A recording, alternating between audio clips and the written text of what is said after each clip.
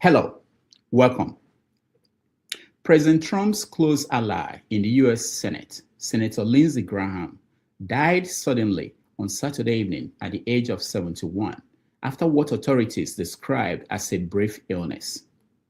While the official cause of death has not been released, emergency responders were dispatched to his Washington, D.C. home following reports of cardiac arrest.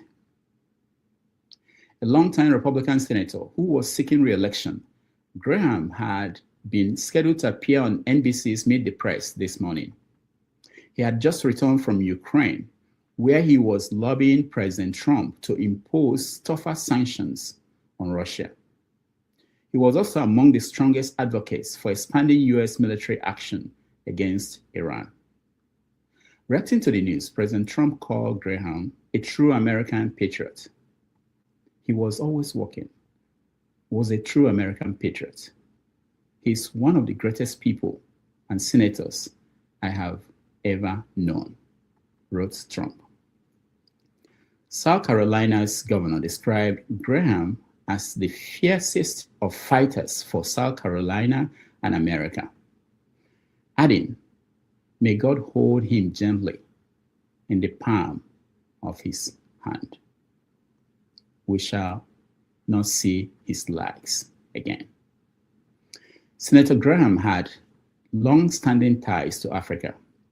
In January of 2012, he led a bipartisan congressional delegation to several African countries to assess U.S. counterterrorism efforts, USAID programs, and economic development initiatives. In April of 2019, he visited Rwanda, where he met with President Paul Kagame. It is 6:30 p.m. in Lagos, Nigeria, 7:30 p.m. in Kigali, Rwanda, and 1:30 p.m. here in New York City. Wherever in the world you're joining us from, welcome to another episode of 90 Minutes Africa.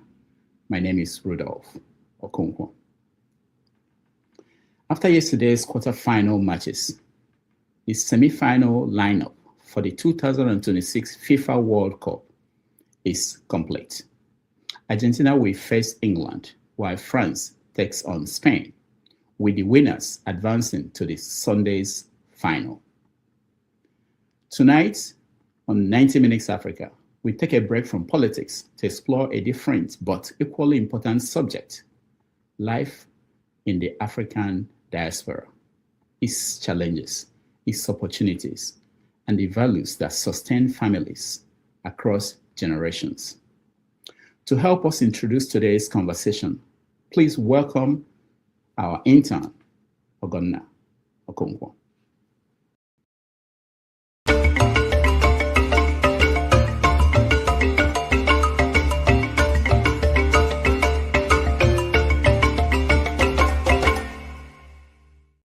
Every successful immigrant family is a story that few people ever hear. There are stories of sacrifice, stories of uncertainty, stories of parents trying to preserve their values while raising children in a world very different from the one they left behind. Today on 19 Minutes Africa, we bring to you one of those remarkable stories. Our guests are Dr. ChiChi Anigbogu and her 16-year-old son, Jason Anigbogu, whose newly published memoir, My Life, A Story of Strength, Faith, and Family, chronicles a young man's journey through life's challenges and values that shaped him. Dr. ChiChi Anigbogu is much more than a successful healthcare executive, a Nigerian-born oral health advocate, entrepreneur, and co-owner of Washington Delta Care in Georgia. She's spent more than 2 decades building an outstanding career in dentistry while raising a family rooted in faith, excellence, and service. From leading national dental hygiene initiatives in corporate America to expanding healthcare access in underserved communities around the world, she has shown that professional success and community service can go hand in hand. She just started her YouTube channel on oral health called Bodymouthconnection. But this conversation is something even deeper. How do African parents raise confident and grounded children in the diaspora? How do families balance 2 cultures without losing themselves? What role do faith, discipline, identity, and unconditional love play in raising resilient young people in an age of social media, anxiety, and cultural confusion. Jason's story is a window into the answers to these questions through the eyes of a teenager. His mother's story reveals the sacrifices, decisions, and unwavering commitment that helped make that journey possible. Together, they will discuss life in the diaspora, finding strength, faith, and family. Whether you are raising children abroad, planning to migrate, living in the diaspora, or simply interested in stories of resilience and hope, this promises to be an inspiring conversation for every generation. Please join us in welcoming to the show Dr. ChiChi Anigbogu and Jason Anigbogu.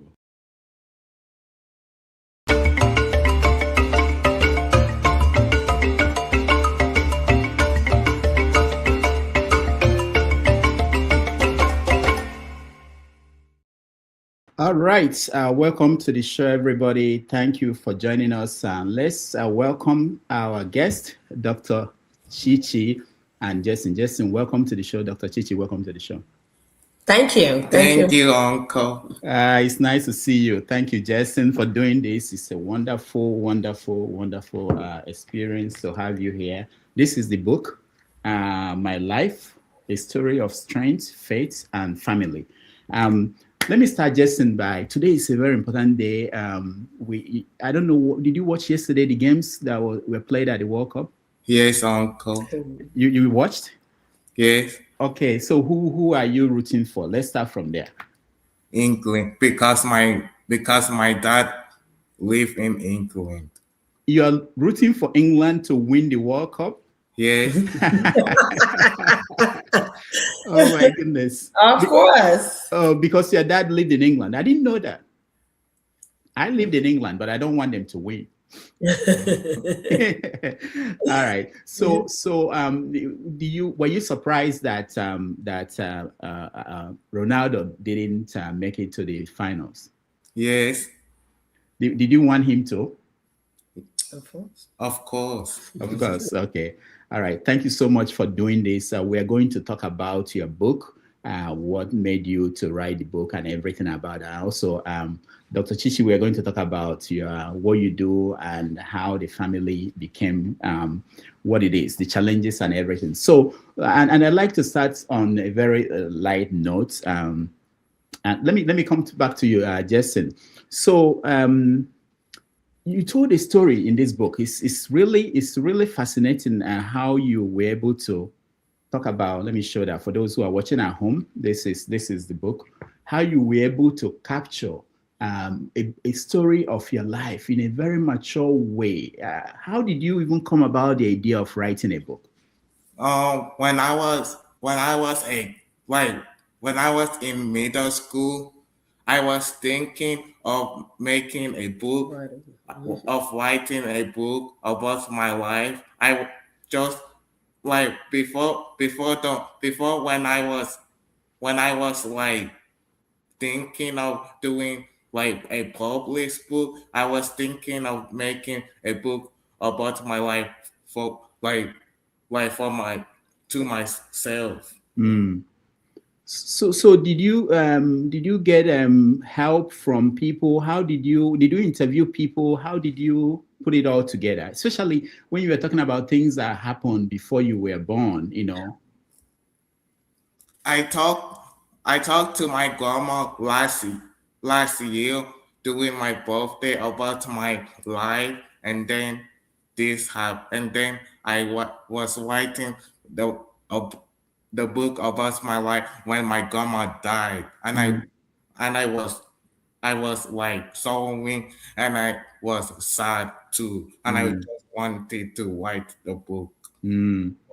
We'll get to that, the details. ChiChi, let me bring you in. You know, when he came to you and said, I'm writing a book, what was your reaction?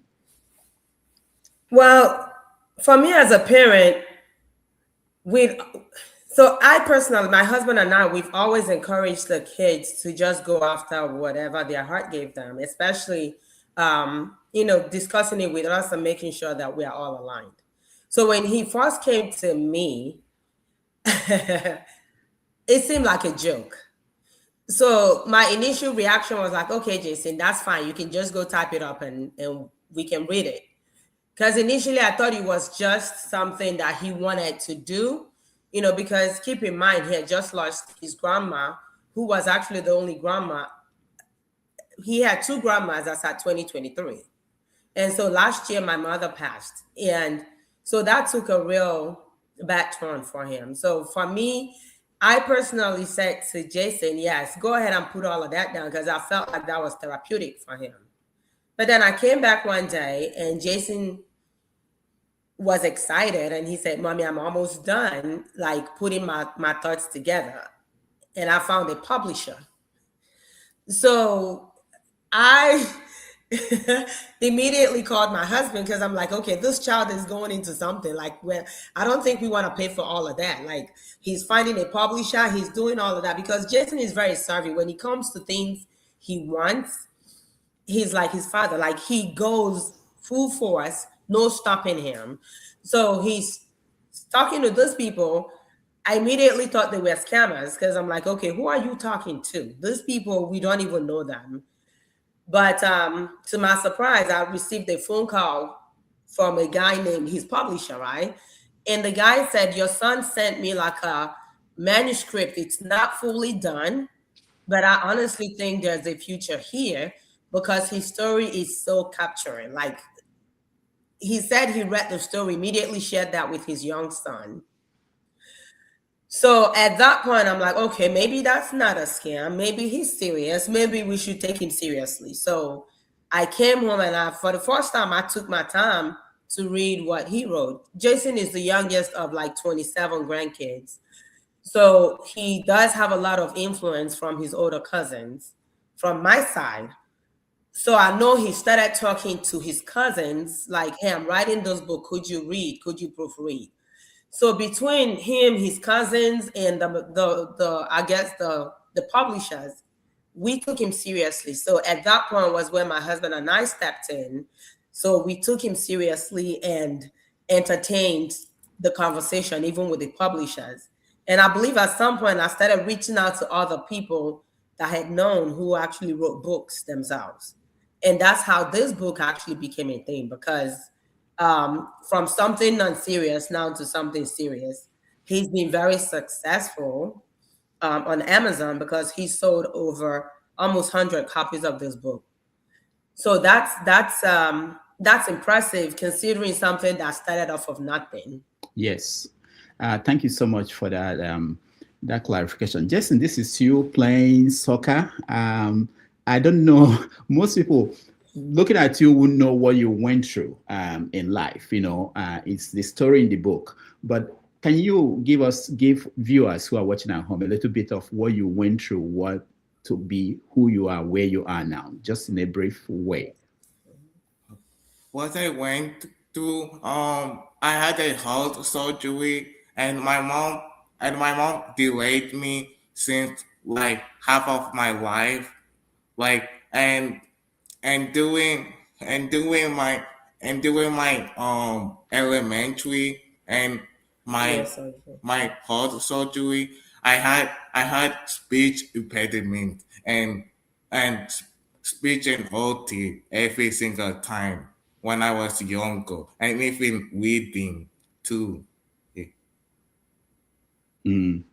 Okay, so you depended on family. In the book, you talked a lot about the support you got from your family and how they helped you to go through what you went through and to be able to be successful in things you do. This is your family. You know that I know I didn't tell you guys that I'm going to show you pictures of your family, but this is your family, and they were very helpful to you in facing the challenges you faced. I want you to tell me, or the viewers at home, really the connection. How did the connection of your family, the strength of the family, which you emphasize a lot in the book, helped you to overcome and to be who you are today? By prayer and by every single party and by every single Nigerian influence influence that I had for my mom and for my dad and for my siblings and for my cousins in Nigeria and in America too. Yeah, And my okay. grandmas too. He said in Nigeria and in America. You go to Nigeria all the time. I see that you actually have a chieftaincy title, or you have you are an also. Is it? Yes. What is your title? It's a ChiCi. So you go to Nigeria and do you like Nigeria? Yes. Yes. Very much. You say what? Very much. Very much. Okay. Okay. What are the things you learned? You know, like how is Nigeria strengthening your resolve and your life in America? Being courageous and being like always verbal when you speak to doing like Nigeria politics and doing my mom's birthday. I said I love you, mommy. Doing bold. What about boldness? and being boldness too.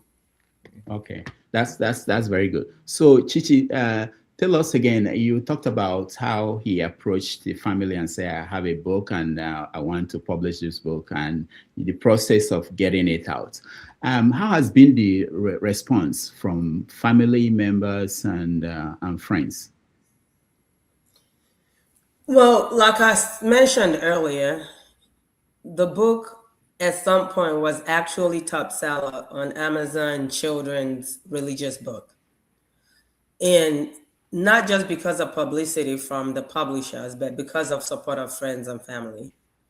So we had Jason in our families, like he's seen as the glue, like he's the lamb. And when I say the lamb, he's extremely peaceful, which means you can't fight in front of Jason, right? So he's that one child that when you're doing something bad and he's around you, you're like, oh my God, Jason is gonna condemn me. Because he'll literally stop. He's either crying or he's going like, stop, everyone, stop, don't do it. So friends and family, especially family, they know that part about Jason.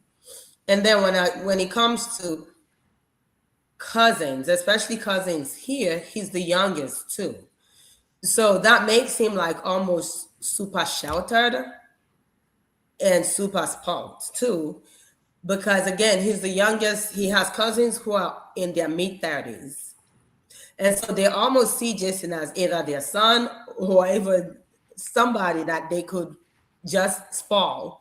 So when Jason wrote that book, when Jason shared, we have a family forum, and that's where we share everything. Like we celebrate success, we cry together. So that forum was actually the first forum where Jason launched the book. So everybody was very supportive. They either shared on their forums or they immediately bought tons of copies to share with people. So when you think about what's going on with family support, Jason's family support is something that I can't even quantify. There's nothing, because I come from a large family, okay? 7 siblings. And like I mentioned, 28 grandkids. And then on his father's side, he has 2 uncles and an auntie. They all have children. So by the time you kind of factor all of that together, the combined family alone is a community for Jason. So that being said, he had family support. Then coming to friendship, my husband and I are very, I guess I would say we're extrovertically gifted. So we do get along with people. So friends, of course, did support. Some friends actually bought as many as 50 copies of books because they want to donate to the libraries in their local communities. So yes, we've been super blessed to have the type of friends and family that we have. And especially in cases when it comes to raising children or raising a child like Jason. A lot of people know Jason's story. So now when people see what Jason does, you asked about Jason and, his struggles and how he captured that. He's a good listener.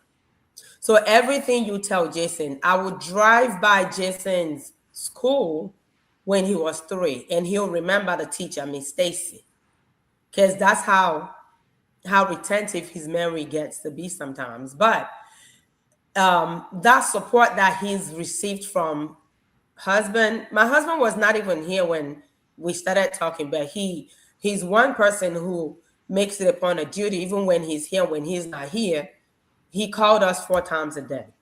Wake up call in the morning, midday, you're back from work, and have a good night call. So again, he was part of that journey, like from beginning to the end, because Jason was he's actually a very good communicator. So which means he's gonna make sure he carry you along. Like, Daddy, I called the publisher. Daddy, the publisher said. So every little thing the publisher said, he always made sure he shared with everybody.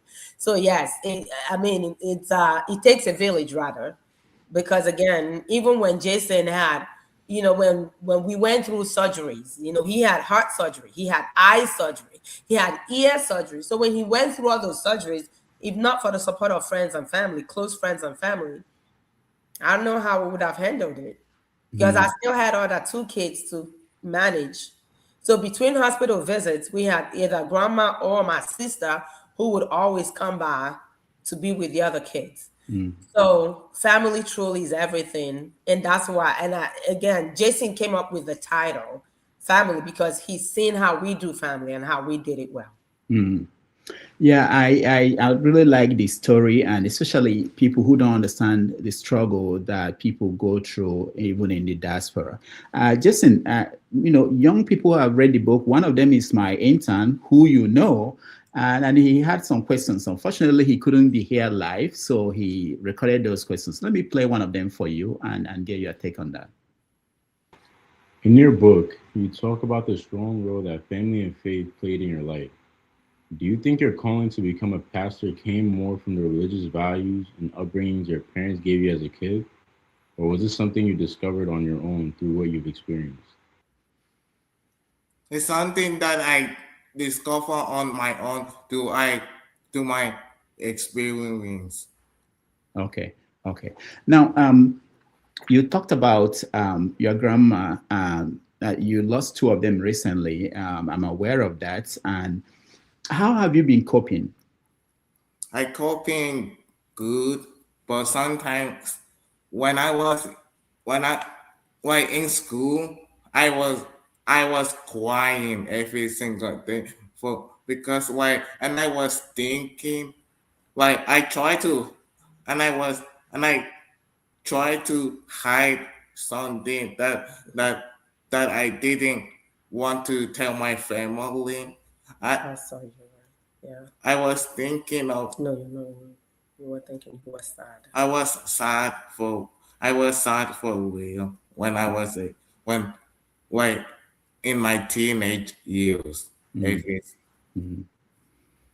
Okay. I think at this point I need to inform the audience, just for full disclosure, that I actually am part of. We are connected. So my journey in America started in Virginia, and it was this was the couple that basically became my. I don't want to be emotional. I grew up with them. My journey in America started with Samson, Emeka Okafor, and Angoli. They are my family, and that's where I met Dr. ChiChi. We were there together before Jason, when you talk about family, and I know that the 2 of them have been able to gather the family together, and whatever is happening, we all deal with that together. But I want you to talk about the values that you learned, you were able to get while you were there, and how you were able to transfer them to your kids. That is profound. To your point, so Samson Okafor, Emeka Okafor, architect Samson Okafor, I call him my other father, my other daddy, really. So anybody who knows me would always hear me say, hey, my other daddy. Why do I say that? He's actually my sister's husband, but not a lot of people can brag on a brother-in-law like him. I left home after high school, and I believe I came to live with them at age 18. And he took me in fully, open arms. My sister, wonderful woman. Never for one day did I feel like I came. So the one thing that I remember when I came, and then of course I've gone down myself. At some point we shared a car. He had a car because again he's the guy, so he got a car, and that one car was actually what took me to school. So we had school and his job, and then the pickup, all of that stuff. But the couple did such a good job blending the family. So Zogonna was my brother-in-law's cousin, and I am my sister's sister. So clearly, two different backgrounds, two different families, but we got along like nothing, like real true siblings. And what did I learn from them? That you actually do family together. You don't exclude anybody. That you can coexist. Your husband's family and your family can literally be under one roof. And I brought that in because for almost 7-8 years, my mother and my mother-in-law lived with me, my husband and I, in the same house. Mom in the basement, mother-in-law upstairs. So guess what? That was actually all part of what I learned, that you can actually just live together in peace and harmony. Then number two, my brother-in-law was, well, I'll say is, because even though I lived with them, but that's still who he is. He's a good money manager. He knew how to manage money very well from day one. So being able to have like a good credit, determining my major, right? He's actually very instrumental. I would say he was the reason, because when I came from Nigeria, I had a mindset of going to school for business management. And nothing against business management major. Please don't take this any kind of way. But he refused to take me to school to register me for business management as a major. So rather, he called my father and told my dad that if I was here to study business management, that it would be best for me to go back to Nigeria, to Nsukka, University of Nigeria, Nsukka. Which at that point, my father being the father he was, didn't hesitate to tell me to listen to whatever he has to advise. So immediately I listened and I said, okay, if you're pushing me to go science path, let me think about it. So I did. I thought about it. Initially, I was like, okay, let's go for pharmacy. And then something, I met people along the way because I started school. My major at that point was almost undecided, but I knew I was at that point switching to science. But at some point I started meeting people, interacting with more people, and I realized I had a niche for the mouth, like for biology, really. And that's how the switch from pharmacy actually became a thing. But it was him. And then when it came time to buy my first car, because I started making money after I graduated, he's like, no, you're going to save up money and you're going to buy your car. So for me, he taught me a lot of things that I cannot even kind of put any price tag on. And then as it relates to my sister, she taught me, she loved me unconditionally. She loved me like a mother. My sister is older than me. She's the 5th and I'm the 8th child. So talk about loving, talk about showing me how to love my own husband, how to do family, how to raise kids, how to cook. Because I came to her home still almost knowing nothing about the kitchen. So she really helped kind of get me to that balance level. And yeah, so to your point, it's been, and as how many years? I was actually with them for a good 15. I would say almost 15 years before I got married and then moved to Georgia. So that's like it's a lot of stories, but of course, for the interest of time, we're not going to go through all of that. Yeah, of course. Well, thank you so much for sharing that. It's similar to me. I wouldn't be who I am or where I am today without these two people. I remember I was in Lagos. I was a reporter in Lagos when Uncle Samson came back, and they were coming to America with your sister Angole, and they took me to a restaurant, and they bought chicken for me, a whole chicken, and he tried to eat his own. He said, "Oh, this is too hard." He pushed it to me to eat. I'm like, "What?" I had to. It was wonderful. I mean, and they've been very supportive, and I really the kind of family they were able to put together, extended family, because they were here. So I think when we tell the story of family, Jason's book, and what how Jason was able to overcome all the things he went through, it's all connected to the network, and they are the center, the core of that network. And I'm very grateful for that. I just wanted you to also touch on that. I'm glad you did. Thank you so much. Of course. And another thing to add, my sister is actually a school teacher. So that made a big difference, because every summer she would tutor Jason. And so, not surprising that, the outcome of that hard work, plus what husband and myself and his other siblings kind of did. And she got her PhD. I forgot to mention that, Dr. Angole. It's unbelievable. Thank you so much. Let's, Jason, before we take a break, I wanted you to say your auntie. How do you feel about your auntie? How did your auntie contribute to your success? I saw my auntie my phone call for, and then she said the first draft was kind of bad, and I changed it to my younger self, and then she liked it for real, like more. What about Uncle Samson? He always call me. He always call me the auto, and I am an auto, and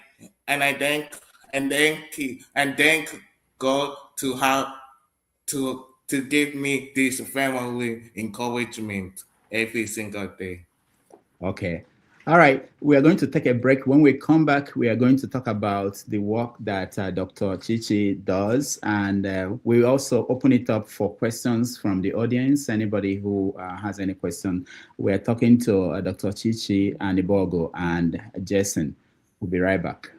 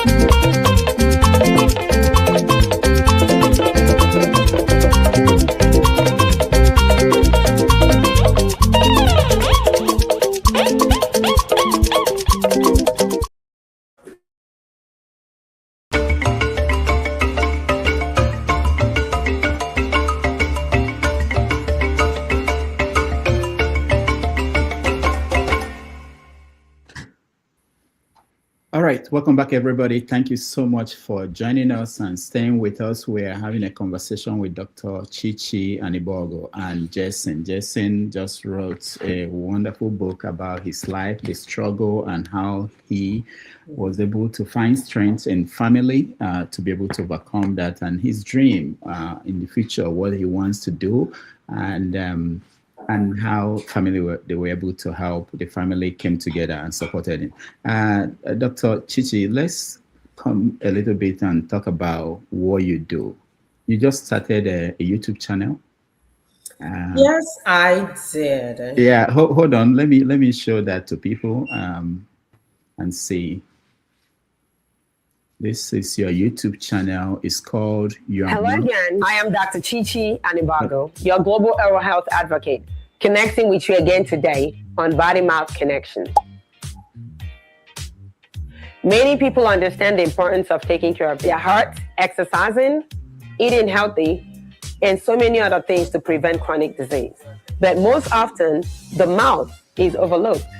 I studied the Bodymouthconnection because my years of practice, I've witnessed a lot of gap between the oral health and overall health connection, and how people actually truly don't understand that the mouth plays a major role in their systemic health. The mouth is not just for eating, it's not just for talking, it's not just for smiling. It's truly the gateway to the body. You hear me say this a lot. This is a true statement. Unhealthy mouth can affect your whole body. It actually does affect your confidence. It affects how you relate with people. What is the first thing you see in people when they even get close to you? It's usually their smile. Someone could actually come up super good looking, but guess what?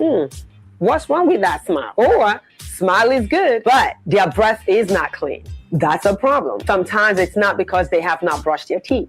Sometimes it's something systemic that we're able to pick up from the mouth. It's important for you to have a good understanding of what happens in the mouth beyond brushing and flossing. My message to everyone globally, first of all, is to empower families, make sure they make informed decisions about how to take care of their mouth. It's a lot of myths. Do we brush our teeth every day? How often should we brush? What type of toothbrush do we use? What products do we use? Whitening, cosmetic dentistry has actually become a major mainstream.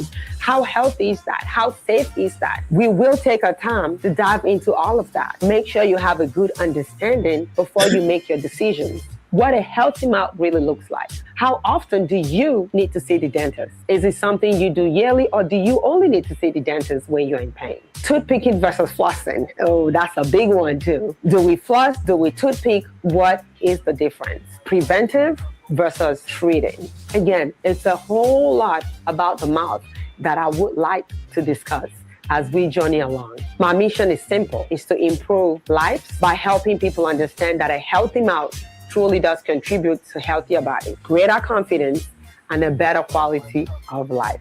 Knowledge is power.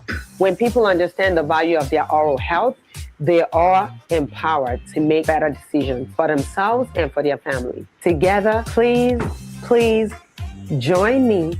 Let's close the oral health knowledge gap. One smile, one family, and one community at a time. Till next time, bye for now. Wow. Did you say it's a gap or big giant? People don't talk about this. How did you transition from being a practitioner to being an advocate? Well, I guess it is an advantage to come from Nigeria, really, because I love my people. I love who we are as a, as a community, as just as a people. But I'll tell you one thing that I've noticed, and this was even years ago when I first got out of school. Practicing in Georgia exposed me to a lot of people visiting from Nigeria, right? And even here, residents here. And when, especially around this time, summertime, people would come in. Usually it's either a toothache or something. No one ever talks about bad breath. But the truth is, we are getting older. We are taking all kinds of medication that would impact the mouth some kind of way. And people are still not even aware. My next episode actually is the elephant in the room, bad breath. No one talks about it. But how did I get into it? So my exposure to people and conversations that I would have with people. So I stepped away from clinical practice about 12 years ago, and I went into leadership. And with that, actually, I became a little consumed because now I'm chasing title, which I found, but it still was not enough, because I've always had a heart to give back. Like, what can I do? Really, my doctoral thesis was socioeconomic factors impacting oral health in Nigeria. And I uncovered a lot of things that I'm not going to be privileged to say, just because it can be disappointing. It is disappointing. But I interviewed a lot of people, some notable people who are really like public figures that I was privileged to interview. And so during that time, I realized there was, we've had funding from World Health to improve oral health in Nigeria, right? But some of those funds were not fully utilized. And, I come from a world of, I trust everybody. But really, that's who I am. And a lot of the hardcore Nigerians, like my husband, were like, you can't do that all the time.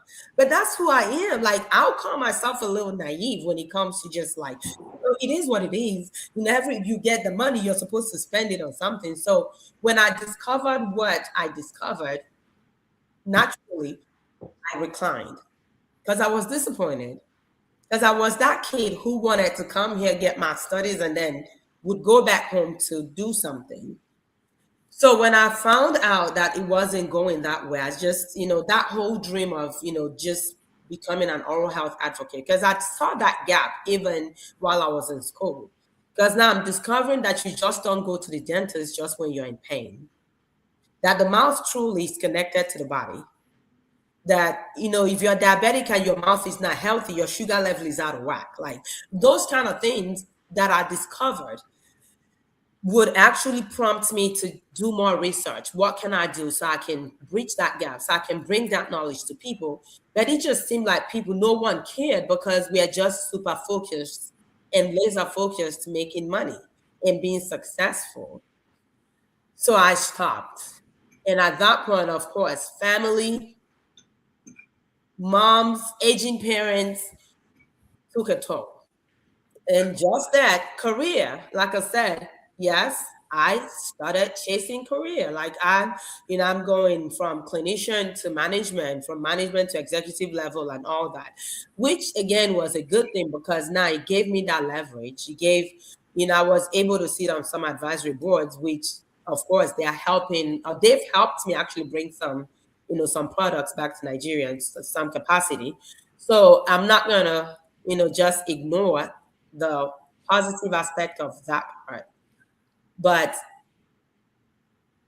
I turned 50 in about a couple of weeks, maybe 2 weeks, right? So with age, things are different. Because now I'm back to, you know what? I've done this, I've done that, I've felt this, I've felt this, I've attained this, I've attained that. what next is there to give? For me, it's give back. So I'm interacting with a lot of people and I'm noticing, hey, you know what? We're getting older. A lot of those people are truly, they're either diabetic, we're on all kinds of medication, high blood pressure, diabetic medicine, cancer, even people who are pregnant, like older, people who are trying to get pregnant or people who are already pregnant. So these are little things that we have no idea, but there is a strong link. And then heart disease too, heart attacks. So as I began to kind of see that more even amongst my people, there is a strong need for me to be like, you know what, somebody got to say something. At least if they see the name ChiChi Anigbogu, we might just make them pause and want to listen. Not because I'm trying to sell the practice, but yes, I did open a practice. I partnered with a doctor and we opened a practice in Georgia, which I'm super proud of. And so doing a better job actually, because now I'm able to bring in people from our community to come in for preventive care.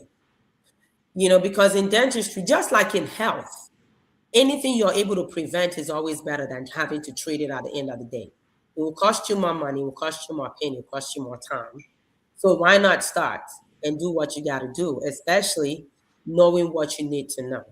So that's how that actually came to be. So this has been in the works. Like it's been like maybe 12 months, really, a whole year, but just time never permitted. There you go. So you said you went to Nigeria as part of your doctorate. I knew you would pick up on that. No, because I want to know what you found out. I'm not talking about the grant or anything. I'm interested in the practice of dentistry in Nigeria. Okay, good. The knowledge base, because when I was home, if you go and see a primary care doctor, you've done wonders. And talk about specialized areas of medicine. So do we even have how is the practice in Nigeria? So the Nigerian, believe it or not, some Nigerians, especially the elites, actually understand, some of them, but just a very little fraction of them, understand the need to actually go in every 6 months. They call it polishing, scaling and polishing, right? And so that's key. And I've partnered with 1 or 2 doctors as well, 1 or 2 dentists in Nigeria, particularly in Abuja, actually. And I had one in the East at some point, but he, Japan, that's what Japan, like he left Nigeria, of course. So yeah, the knowledge is not widespread. The practice, what I found out was clearly there's a big, I'm saying big white gap. Right? People actually go to the dentist only when they have a toothache. Okay. And then people actually believe, strangely, that you're able to use alternative medicine to cure your toothache. Because during my research, I came to find out that people would actually go to, especially, I don't know about the Yorubas though, but the Igbos in the East, they have this culture of where they actually have people they can go to and they give them something to rinse. They rinse, they spit, and then things like worms or whatever. I never saw that, but I was told that you literally see the things that are crawling out and coming out. Now, the one thing about dentistry is that dentistry is mechanical. Okay? It's not like a headache where you take a Tylenol or ibuprofen and then you get better. No. Once you start hurting, it needs to be fixed. And that's all, these are all part of the knowledge, like the messages that I need to get out there. First of all, don't wait for it to hurt. Have your regular checkup. Because when you do your checkups, then we're able to find out a cavity, because it starts with a cavity. It starts with just a low bacterial infection on the tooth. And then the doctor drills that plate, puts a filling, and that filling holds it for years. But if you never go, then you never find out about the cavity until it gets into the nerve. Now you either need a pull or you need a root canal. Now, as you get older, you never had your teeth cleaned. Remember, it does not matter how much you brush and floss, okay? There's still bacteria left in the mouth, mostly in between and below your gum lines. when you look in the mirror, the part of the teeth that you're seeing is actually like you have more buried underneath the gums. Your regular toothbrush can never get down into the gums. Like the best toothpaste out there now is like some like Crest Detoxify or whatever, claiming to get down into 4mm pocket, like below the gum line. And that's really like maybe years, like 2-3 years now, right? So before that, just 2 to 3mm pocket depth is actually what you're able to truly get into. But truth be told, how many people would actually have time to brush their teeth for that long and be able to floss in between to get all that out? That's why you need to see your dentist, your dental hygienist. So at the end, at every point in time, you're able to at least get most of that bacteria that you're not able to control out. And that's what causes gum disease, the main cause of bad breath, really. Because when your gums are not healthy, mouth is not healthy. That means you have a lot of bacteria that actually has a tendency to travel down the bloodstream, and that's what impacts systemically. So when we say gum disease is chronic, when I say it's systemic, it's a true statement because it's a systemic disease as well, because your gum tissue is a soft tissue. And then you talk about your teeth. So it's a lot that we don't know, but knowledge is power, like I said. Then come oral cancer. That's a big thing too. So if you're getting pap smear for men, and then men, you're getting your, your cancer checks and all that stuff, why would you not want to check for oral cancer? And that is a thing. You don't have to be a smoker to get oral cancer. Oral cancer really has a lot of link with herpes in the mouth. Like that's if you're sexually active and you're practicing oral sex, there is a big chance of oral cancer being a thing for you as well. And these are things that we truly don't know. So it's not just when you're chewing tobacco or when you're smoking, but it's a lot to cover that we are not able to cover here. Simply the reason why I felt like this YouTube channel would impact not just my people though, because again, it's global. It's, I have a lot of friends outside of our community. So African-American friends of mine, they're helping spread that news. I have a lot of dental hygienist friends who are literally beginning to use this channel as their oral health instruction session during clinical sessions with their patients. So again, the impact for me is just to have a global impact, because at the end of the day, the more people you reach, the more my mission is accomplished. Mm-hmm. So there's a way to look at this. We're looking at it, the Africans in the diaspora from my own perspective and those at home. I was thinking as you were speaking, how many dentists do we have in Oruku or Zobo or Nobi? Do we know? Do we I don't know. Yeah. I can't speak for Oruku though, but I know there is one in the local village of Ozobo, like our local joint hospital in Ozobo, right? And I met him last year when I went home for my mom's funeral. And like I said, in the past, my husband and I, we've been, especially my husband, because he's home more, he's been able to distribute, oral health care packages to people in that community. And he's partnered with that particular person. But so if I can just count one attached to like a local hospital, and I don't even think he's consistent. I think it's just somebody, because when I talked to the main person at the hospital, he was very interested, and because they didn't have nobody consistent was actually there. So somebody having a toothache, honestly, I don't know how they handle it. I can't. They probably would need to go to Newi to have that taken care of, and that's the result. Using the local alternative medicine, to where they go in, they give them something that will temporarily, but then we are forgetting what happens, right? There could be an abscess, which could actually trigger something neurologically. Like, so the mouth really, the body is connected in some kind of way. So that's why I'm usually afraid. So a lot of things that happen to where someone actually just dies or whatever could have like some links that we're not even able to kind of puzzle and put in together.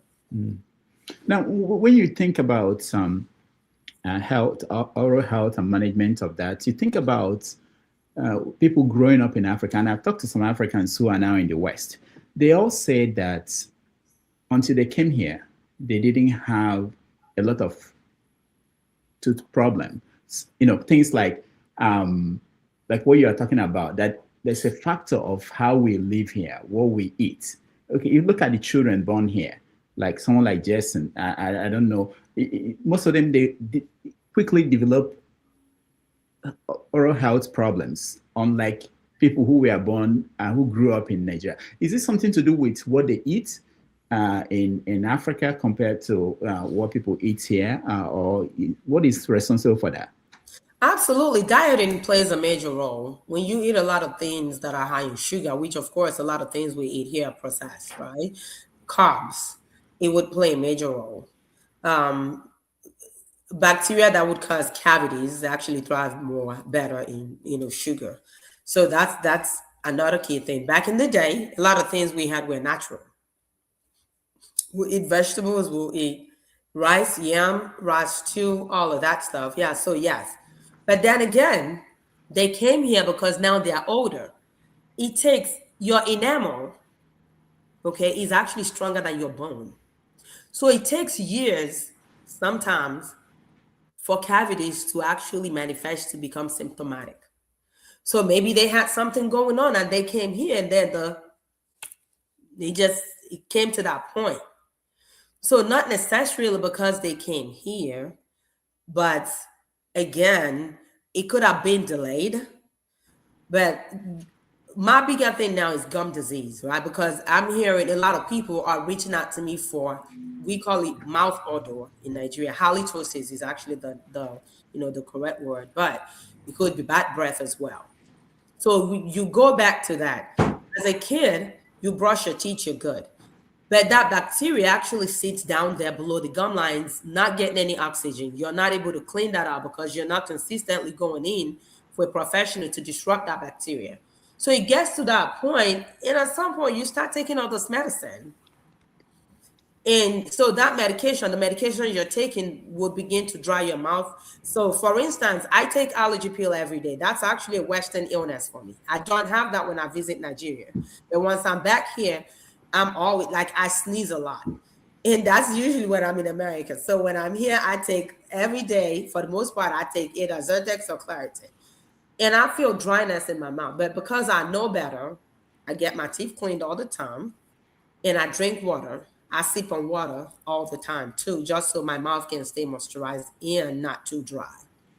So it's not really because they came here. It's not the air they're breathing, for sure. It's not American air.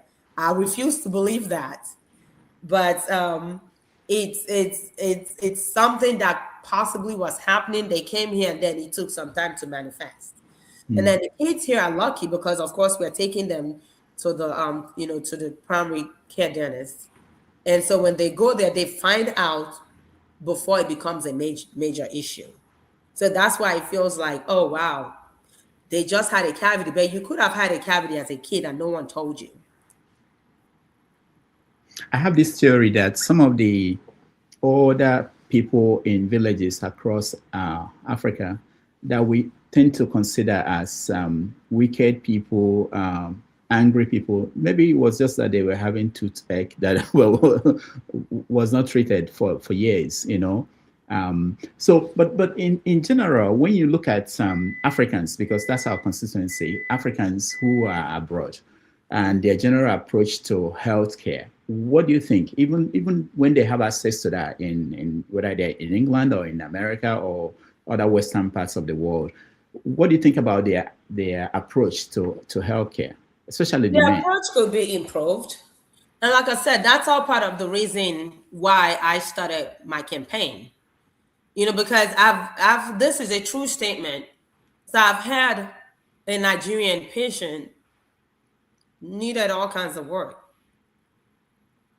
But then again, when we gave him his bill, he looked at me and said, this is a Toyota Camry cost, right? And so while this is funny, but it's truly not funny because, again, you're putting Toyota Camry over your health. And that Toyota Camry, you're going to sell it versus you want to do the best thing for yourself so you can at least be, you can live longer. Because there's nothing like a good quality life. You know what I mean? Like if you're able to keep your teeth a lifetime, why would you not? Because when you actually lose teeth, you age more. Look at people who they've lost a lot of teeth, they're losing facial muscle. So that's why it's important for you to do whatever you need to do. So if it's something that is salvageable, then we're able to fix versus pulling or extracting that tooth. So I think we just need to improve, not just oral, but health-wise. You see someone who has diabetes, you see someone with blood pressure, especially a man, like a lot of hangout sometimes could actually cause them to drink more because you're hanging out, you're drinking more. So at the end of the day, you're taking all this medication, but you're not really helping yourself as well. So but I think we're getting better. We're getting better. A lot of us are speaking because we truly care. We're getting to that point where we've raised a lot of people who now know what we need to focus on and how we want to present this topic. Because it's not just me. I know a lot of people, many people are beginning now.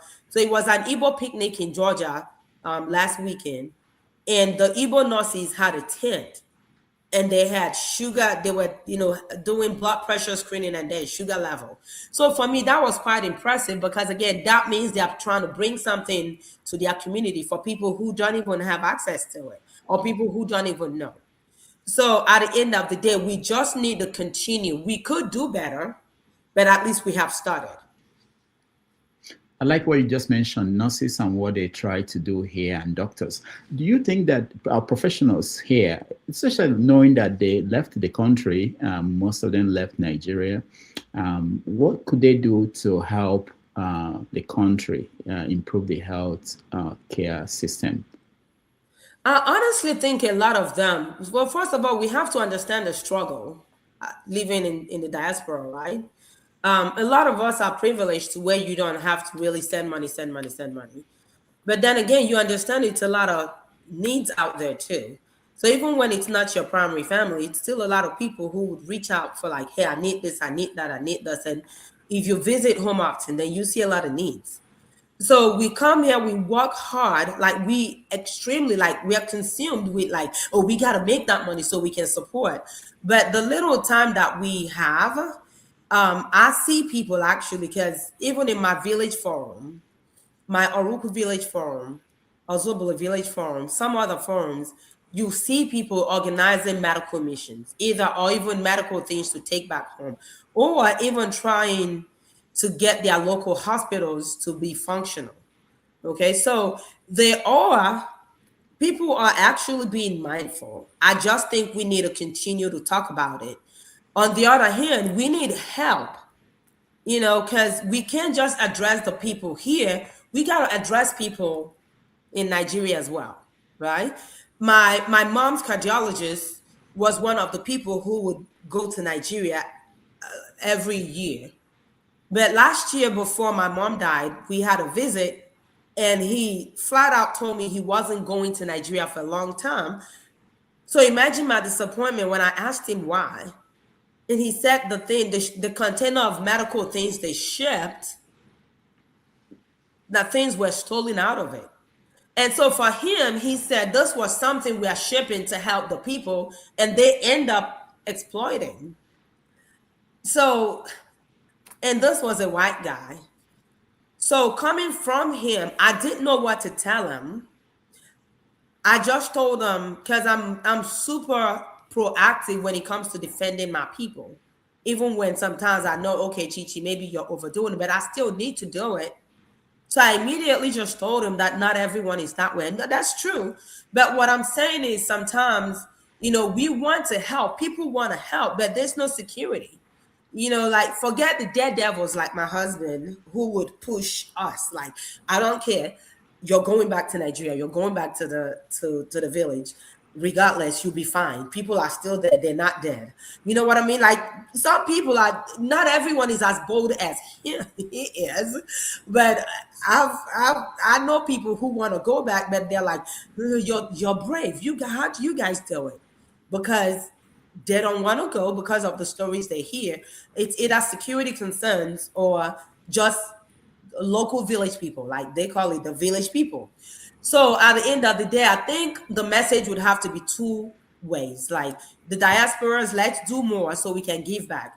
People in Nigeria, let's do more so like it's more level ground for people to be more willing to come back and help and support, or even spend money. Because sometimes you feel like you're spending money and it's the wrong people are benefiting from it. So if everything is almost kind of decentralized to where it's not just going to like one particular people. Like if I'm going home now, when I go home, I typically would do my village and my husband's village, right? That's usually my mindset. But I think in overall, what about the poorer villages? Like my villages are almost kind of developed. My husband's village is almost semi-developed as well. But there are still some villages where they don't need, the closest hospital to them might be almost maybe 40 minutes away. What happened to those people? So again, the government would have to step up. We have to step up. But for us to step up even more, we'll need that encouragement. So if this is a platform where people would hear, especially people who actually are in a position to help, then please hear and hear loudly. It could be better. There could be more supporters. There could be people more willing to work, but something gotta be given from that end in order for it to be worthwhile for people to want to spend their time and resources. Mm. All right, thank you so much. We are going to take another break. When we come back, we invite our people to join us and they will interact with you and Jason. Jason will tell us a little bit more about the book. And Jason, before we go, let me ask you, do you hear a lot about your teeth from your mom? Does she push you to do things about your health? Especially yes, uncle. I can imagine. All right, we take a break. When we come back, we are going to have interaction with our audience. Thank you.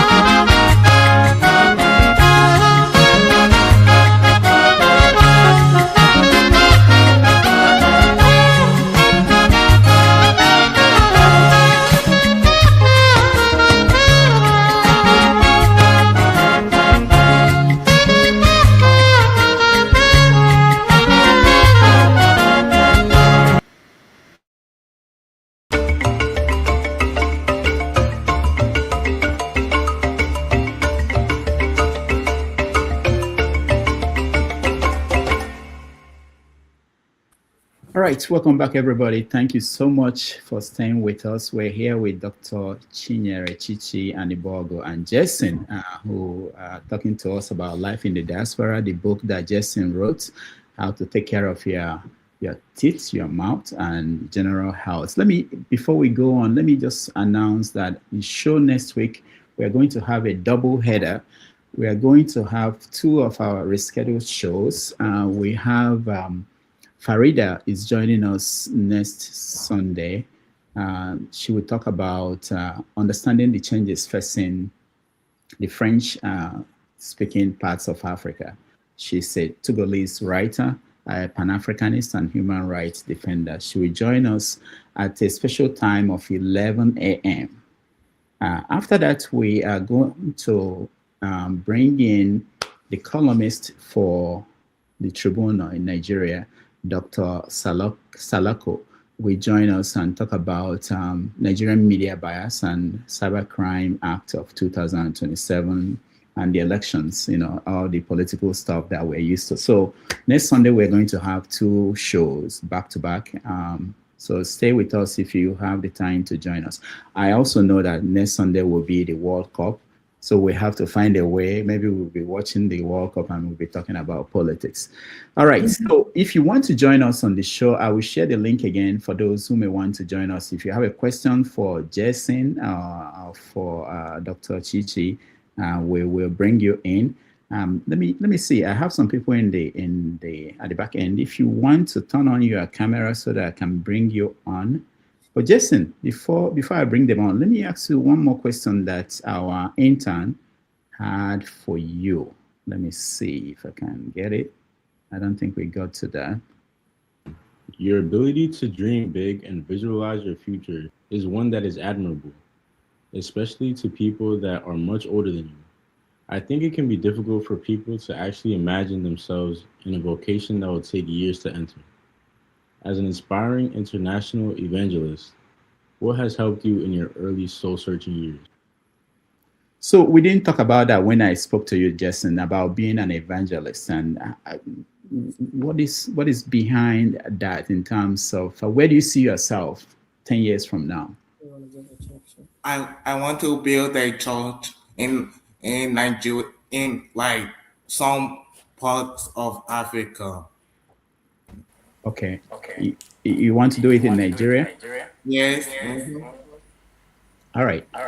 Thank you so much. And now I will bring in our guest, panelists who are joining us. I'm getting an echo from somewhere. I think it's probably, let me see. I'm getting an echo from James. I think it's from you. All right. So when I bring you in, please, if you have a question or comment for either Jason or Dr. ChiChi, you go ahead. Let me start with you, KJ. Okay, thank you so much, Dr. Rudolph. You're always bringing quality people to us, and we totally appreciate it because we know it's not very easy to pull such people into this kind of program. Dr. ChiChi, it's good to hear you. Your name sounds so familiar. I don't know, but for one reason or the other, I keep thinking, do I know this name? Do I know this person? I've listened to you, and I really, really appreciate what you're doing.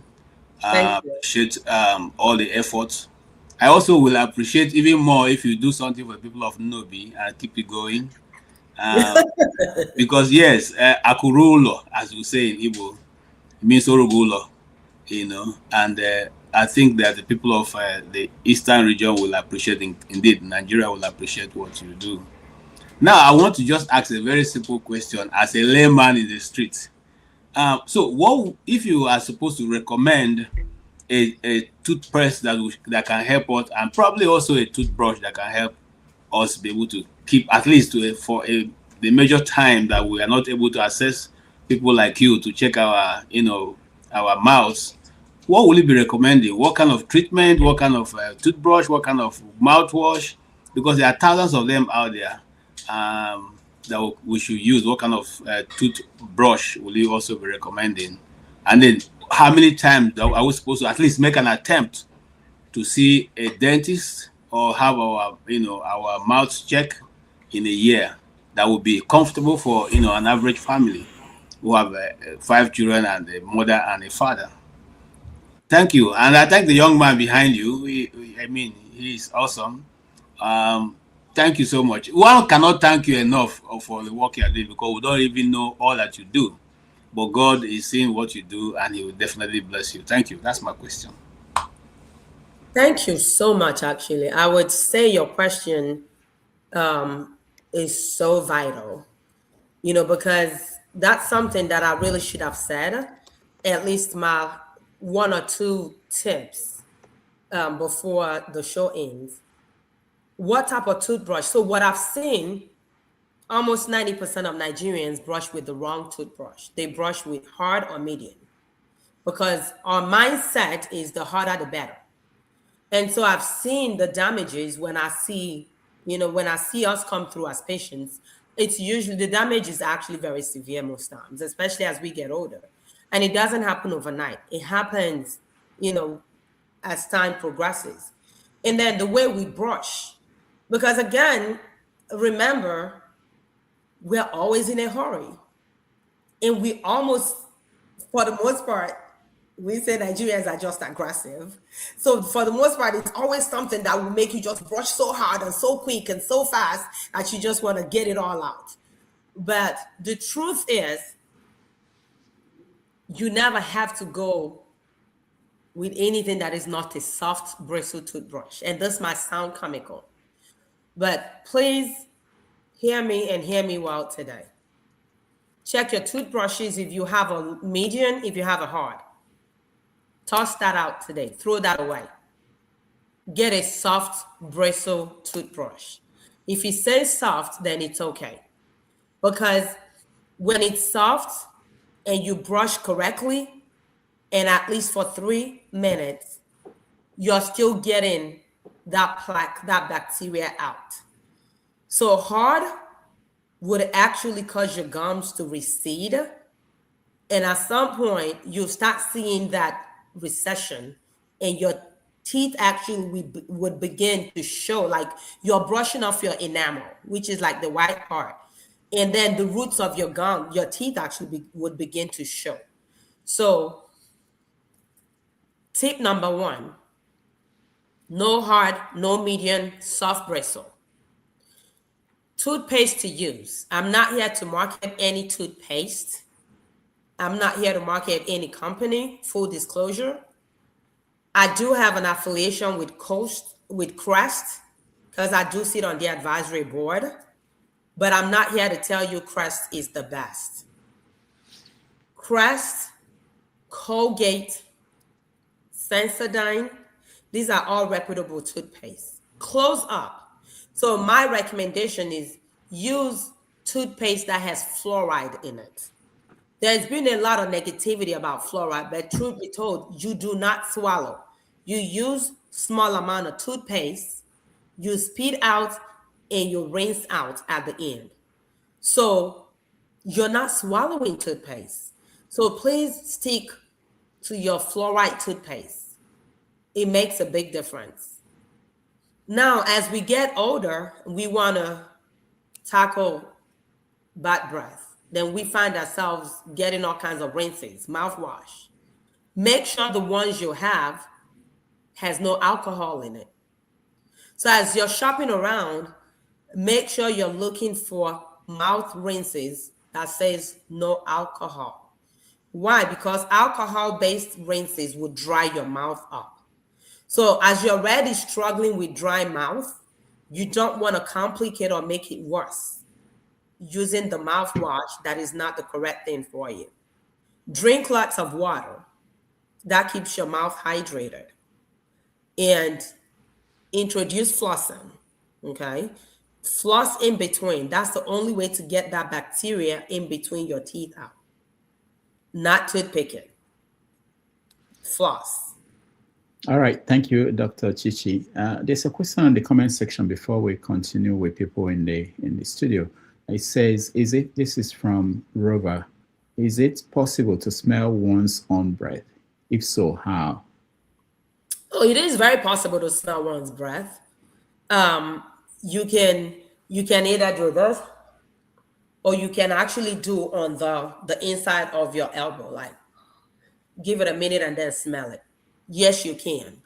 And if you smell it, it is real. Okay. If you smell it, it's real. And if you do smell it, brush your teeth, floss. It's time to visit your dentist. Then again, let's make sure you're systemically okay. Uncontrolled diabetes could actually trigger, kidney disease and all that stuff. But for the most part, most times it's really from the mouth and it's something we can control. All right. So next, this is someone you know, Ebele. Welcome to the show.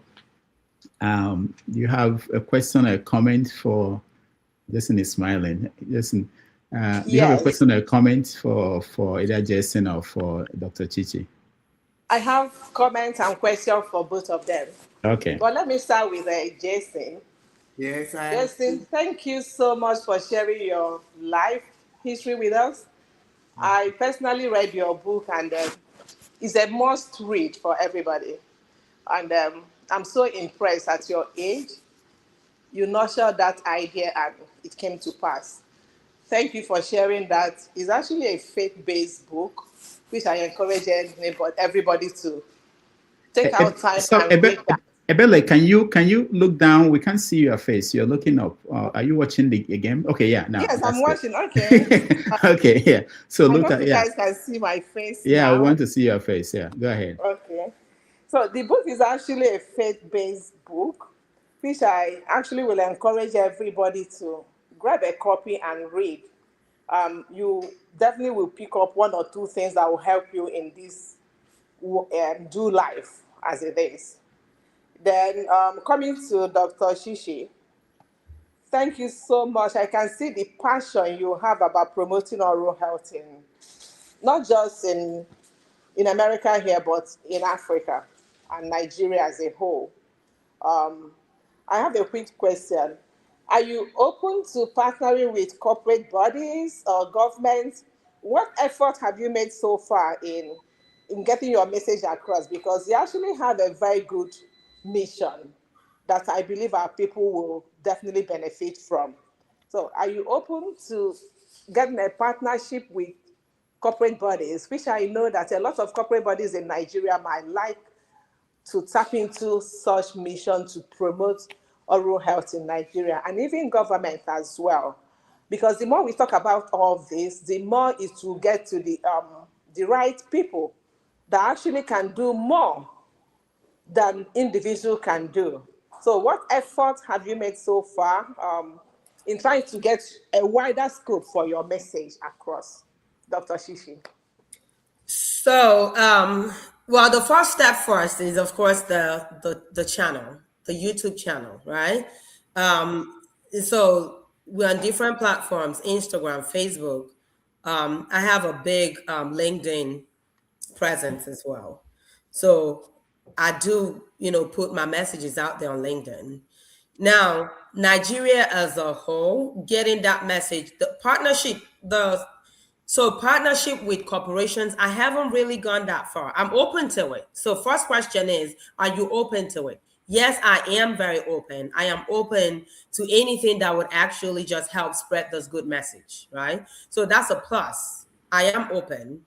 The good thing is people are willing. People know. People want to hear more because I'm getting a lot of engagement. Now, the government, it's not on me, right? But I will continue to spread the good news through social media. Now, the sponsorship part, I think I'll be more successful with American sponsorship just because I've been very privileged to work with some reputable oral care companies here in America. So I think that would come at some point. So that's going to help widen the scope. But the Nigerian aspect, I haven't really tapped into because, like I told you, I did mention that when I first started, I was a little discouraged when I did my dissertation and some of the things I uncovered because, when you're going into something, out of full trust and just thinking that everything 1 + 1 is 1, and then you hear somebody that you're almost kind of trusting tell you that in Nigeria 1 + 1 is not 1, it makes you kind of pull back, because again, you're like, do I trust? Can I really work with this, this kind of people? But as you get older, you figure out how to kind of use wisdom to navigate people. And if anything, you become a change agent. So that is actually my hope and my goal. So I do at some point want to be able to get this message across to people. Right before this came on, actually, I was speaking to somebody who had mentioned, this is actually a friend of mine. She's Caucasian, and she had just returned from Italy. And she knows I'm Nigerian, even though my degree was from here. And just from nowhere, she's like, hey, girl, why is Nigeria not part of the Federation of Dental Hygiene thing that they had in Italy? Every country was there, but Nigeria wasn't. She said she didn't see the Nigerian name or the flag or whatever, but I came to her mind. So when you think about those kind of things, that's Nigeria, as giant, as big as we are, some of those things we miss. And then when we're missing in such actions, then we are delaying the message being kind of carried or even get to the people who need to hear it. So yeah, that's the shortcoming. That's the problem. All right. Thank you, Ebele. Let's go to Mr. James. Mr. James, welcome to the show. You're muted. Unmute yourself, James. Okay, thank you very much. I'm sorry, I will not be able to ask any question because I could not follow the conversation. I had some distractions over here. Also, kindly permit me to ask a humorous question. Yeah, go ahead. Yes, not based on what you discussed with her. Okay. Thank you, madam, for coming. Of course. Good. You're a medical officer, I believe. Dental. I'm in a dental. Yeah, I want to find out something. Over here where I work, I find it terribly difficult marking scripts written by medical students. Why is it that medical officers the world over write so badly?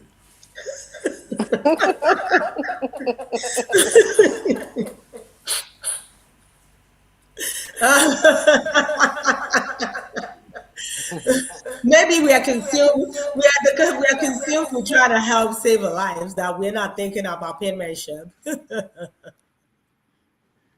Sorry, Mr. James, because you have echo, we're getting echo from your end. I muted you. Go ahead. Okay, sorry. When they come from high school, they write well. But in the course of pursuing their medical program, their handwriting turns, they write in a very bizarre manner. Even in the hospitals, it's only the nurses and allied professionals who are able to read their prescription. Whenever they give us prescription, we have to go to a chemist to be able to decipher it, if it is paracetamol or whatever it is.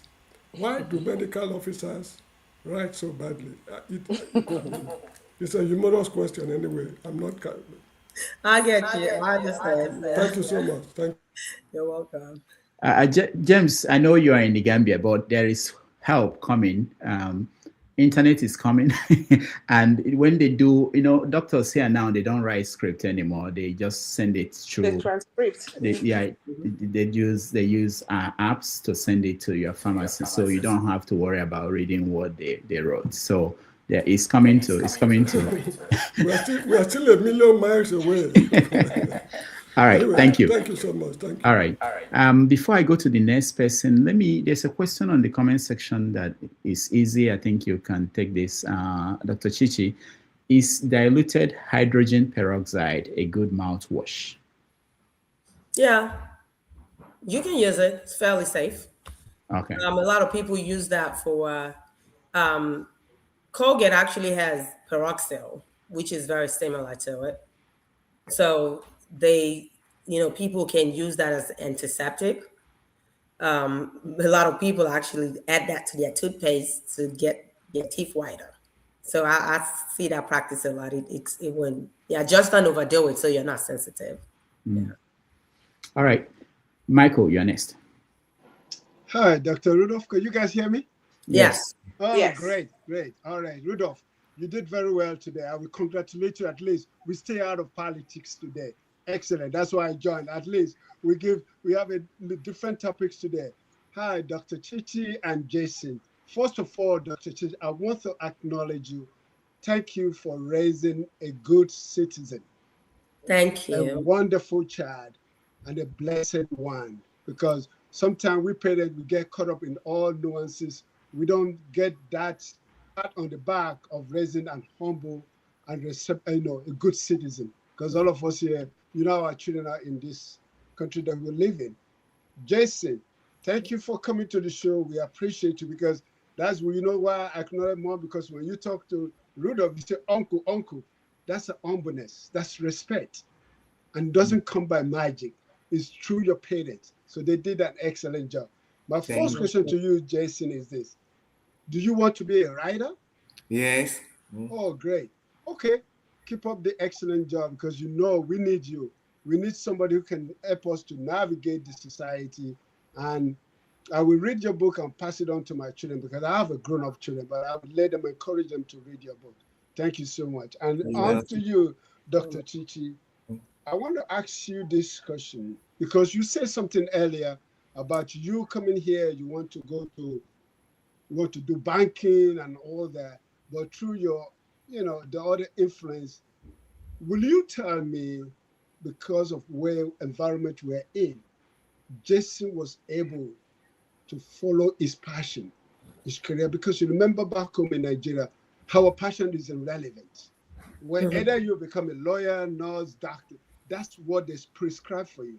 So will you tell us today, how do you guys able to navigate, support, and encourage Jason with his book? I know you see the family affair. That's number one question. Number two question is, how will you feel about our country, Nigeria? I know you've explained things about it, how you do things. Are you still going to be able to do something to carry on doing? Because I tell you what, like you said, there's a frustration that you have. That's what we have. I did a charity in Nigeria with my wife. The next thing they're telling us to pay. We're feeding your children, we're supporting you, but they want us to pay for it. So we only did it once. But because my wife, she's from Caribbean, she's from Guyana. So yes, discourage her a lot. So it doesn't motivate us. So please talk to that about that. And thank you so much for coming today. Thank you. Thank you. Okay, it's a three-part question, right? I would say. So first of all, let me make sure I comprehend. Hold on one second. I'm trying to plug in this just so we can make sure we're not disrupted. Okay, good. Wonderful. So making career choices as African parents, it's funny, but it works. My husband and I, my family in general, even my sisters beyond, we've always believed in, you help a child nurture their career, their passion, the things they like to do. And then they get older, it becomes a thing for them. And I personally do not believe in people gambling, especially as hard and as expensive as, paying for tuition here is in America, right? So I've always been of that school of thought where you want to go to school and then you come out and you get a job right away. And also believe that you know the best in every child. So I have 3 kids, just a little bit about myself. I have 3 grown kids. Jason is the baby. My oldest is 23, and I have a middle child who is a girl. She's 21. And funny enough, they are both in the dental career path. Son is already in dental school. My daughter is about to start. So when I think about how they've gotten to where they are, including Jason, so I'm speaking for my kids in general. So my children and us, like as a family, we would always, even when they were little, we had family meetings. beginning of the year, we had a family meeting. What is your goal? What's this year looking like for you? What would you like to accomplish this year? What grades are you looking at? So for every kid of mine, they are really assessed differently. I have a kid that I'm not able to accept a B from. You get a B, it's not okay because I know you can do better. I have a kid, a B is an A. You understand? So, but then again, not accepting them losing or failing, but at least still making sure that I'm not breaking them, being overly harsh on them. So I understand their strength, and we would encourage them. Again, strong praying family. We pray. It might sound unreal, but we actually say our morning prayers and we say our evening prayers. So that morning prayer is for them to actually start off their day well. The night is for us to thank the Lord, and then just commit the night to God. So I think that played a major role in helping Jason actually form his opinion, how or what he wants to do. So with Jason and his challenges, just navigating through life, when he came up with the idea to write, Jason is really good with his hands. Literally anything you want him to fix, he will fix. TV, computer, all that stuff. He does it so well. So we've always kind of teased him like, hey, Jay, you're going to be the IT guru. And then comes one day, oh, I want to be a writer because I want to be an evangelist. And so, yes, that was from nowhere, out of the blue. So we nurtured that behavior because, like I said, we've always called him the lamb, the one who would hold the peace of the home. So when that actually became a serious thing for Jason, he found his school. He said, oh, I found a school to attend in Florida. And I'm like, oh, okay. He goes to a Christian school too. So then that could have helped as well. So us praying God's will into his life and then being there physically to talk to him, to encourage him, to make sure he understands that he's uniquely built and he has a gift, has actually given Jason that leverage and all the confidence he needs. As you can see, like I said, he's super confident. He knows what he wants and he goes for it. So that's Jason. And then coming back to me, yes, discouraged, but I'm not giving up. Because like I said, I'm more resilient now. So more than ever, I am going to continue. My plan is actually to roll out videos every week on my YouTube channel. So feel free to stay tuned and just kind of follow through. At some point, it will be an interaction where you bring in your questions, we answer, and then I see that as almost like a free teledental, right? So not being charged, but I would give you my honest opinion. If I don't know, then I will research and make sure I talk to fellow professionals, and then I'll come up with a question with the answer, the correct answer for you. So really, yeah, that's my thing. So I'm not stopping. I'm not getting discouraged. I will get discouraged, but I'll pick myself back up and I'll keep going. Okay. All right. Thank you, Michael. Let's, before we go to Igbo Basics, this is a question from the comment section. This is from Mr. Show. It says, my daughter wants to be a dentist. She's wanted to be one since she was 8. Now she's off to the university in September. What is the best advice you can give her? The best advice I give my kids, like I said, I have a son in dental school. My daughter is in Columbia, New York. I'm sure you know that, Mr. Rudolph. But from day one, stay focused. Don't go to school and be like, oh, it's my first year. I can afford to play. No, you cannot afford to play. A lot of kids are wanting to become dentists now because they value work-life balance more so than medical. And so we've seen this uprise. A lot of people are wanting to switch from medical to dental. And because, there's enough money, but then again, the work is flexible. The schedule is flexible. You work Monday through Friday or Monday through Thursday. Most dentists work 4 days a week. I don't know if she's picked a major.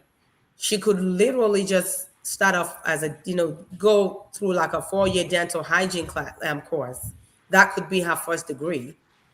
Because as a dental hygienist, which that's me, that's how I started, you do have a better knowledge how to handle clinical things when you actually get to dental school, and that might even make you more it will give you more options or more opportunities for colleges to have you in, because I'm telling you, a lot of people want to be dentists in today's world.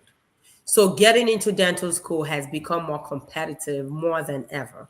So she needs to please stay focused. Advise her, stay focused. I am willing. My older son is actually a very good mentor. He's taking a lot of people under his umbrella, especially our African young kids, and he's advised them, he's talked to them. And so you can connect with Mr. Rudy, and we can have that one-on-one, because we definitely want to see more of our kids do well and get in this field so we can promote it better. All right. Thank you, Dr. ChiChi. Igbo Basics, welcome to the show. Thank you, Dr. Damages. ChiChi Anigbogu. Yes, sir. I just wanted to appreciate the work you're doing. Thank you. And also Jason. When I heard of Anigbogu, I thought maybe I knew an Anigbogu in Georgia, but that turns out to be from Abagana. That would be Vincent Anigbogu. Right off the court, before I go into all these other things, when I heard of you coming to America to study business management, but so I call it from business management to dentistry. That's what you ended up with, right? That is really, that's a giant step. It reminds me of people like Mazi O'Connor, who came to America to study medicine, but he ended up in theater arts. So it was good that you listened, because myself, I came here to study business administration. Yes, I studied business administration, but in retrospect, I probably would have taken a different route. So for the younger ones who are listening, it's always good to listen to a wider range of what is it, where is the world moving to today. Just don't because it sounds business administration, then you go into it. You'll be better off maybe studying law or anything of that nature. Having said that, I'm an old soldier. I believe I'm more than 71, if not 72. So I qualify as an elder or a senior citizen. I believe I qualify for that. I have seen enough around the world. I don't recall the first time I used toothpaste and toothbrush. I am one of those who happen to have been privileged to have come from the older generation. We grew up with chewing stick, acho. So that chewing stick, acho, has its own magic. I've also seen the elderly ones go through certain things from our parents. For instance, some of them, I didn't know what they were doing, but they used to use like tobacco. The tobacco was laced with akanwa and stuff like that. They used to rub it in their teeth. And in our time, when we were having toothache, they will use the same thing, anwo, tobacco, that's anwo. They will use it and rub on our teeth. So whatever that was. So my question to you, because I could go on and on and on with a whole lot of stuff that's going on out here. I heard you say something about when you lose a tooth, you're aging with tooth loss. I happen to be one of those, whether it is true or not. I happen to have a belief that each time you lose one teeth, when I mean lose one teeth, when they pull a teeth from you, it's your nerves. They are subtracting 1 year from your life. That's my personal belief. Not scientific, but that's my belief. So I'm one of those who would refuse to go to the hospital or take medication unless I must, even as spring. That's how I grew up, and I'm still struggling with it until tomorrow. Up to today, I used to cover my mouth and tell Dr. Damages that no, I don't mind. I'm going through some process. But as of today, I'm able to, say maybe put a little smile on my face and stuff like that. Having said all that, have you considered a research into chewing stick? Because we cannot kind of like disregard the things that we grew up with. And this is a case of herbs versus modern medicine. And if so, I will follow up with all the good work you're doing. Please keep it up. I will just talk about outlets. When we say Igbo Basics, we've been publishing since 1995. Okay. That's when we started publishing Igbo Basics. It is through the work that we did at Igbo Basics that we came to know people like Dr. Damages, Rudolph. And then I also had KJ asking you if you can, as Nobi, which is Rudolph's village, if you can extend your goodness to that village. As a matter of fact, the wife of Chief Zebrodea Okorigwe Ngobe, alias 430, she is currently going through some very serious dental issues. And I was going to plead with you, maybe send their information through Dr. Damages, that you're able to reach out to Amorozwa, that's her name, she's a French teacher. Maybe some of those personal touch could go a long way in preserving life and prolonging life a little bit more. So that my question is in two folds. The first one is the research into atu, which is our traditional way of cleaning our mouth until the modern medicine came with toothpaste and every other chemical that comes with it. And then the other question would be, when you go to igbobasics.com, since you have a YouTube channel and you are somebody that will consider that is very, very stable, maybe you could plug in as an outlet, because when we say we are custodians of the conscience, we truly believe in whatsoever that we present is pure. And I just want to thank you for coming from a position of purity, which is what I see. The way you are presented and the way you are presenting things is a matter of what you believe in, and it will take you a very long way. The seeds you are sowing today are the fruits that your children will reap tomorrow. That is my two questions and my 10 cents to this conversation. Thank you very much, sir. I would keep it very simple and short. Yes, I have considered the ATO research, actually. I spoke to my son about it some time ago, because especially the Yoruba ATO, like the bitter ones, like the ones that would foam, because something in me keeps telling me does have something. Yes, so yes, that did flash my mind some time ago. We just have not gotten to that point yet. But trust me, not just me, a lot of Nigerians, every so often when we gather as oral health professionals, everybody's like, I wonder what is in the foamy part and the bitterness and all that stuff. Yes, so it would happen. It would definitely happen. It's just time and how to even start.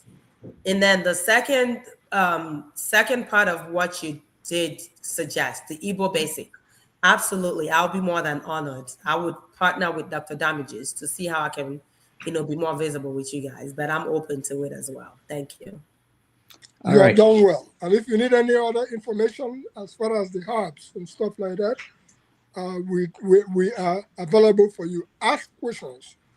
Ask, because I'm one who grew up in the bush. I trust in the bush.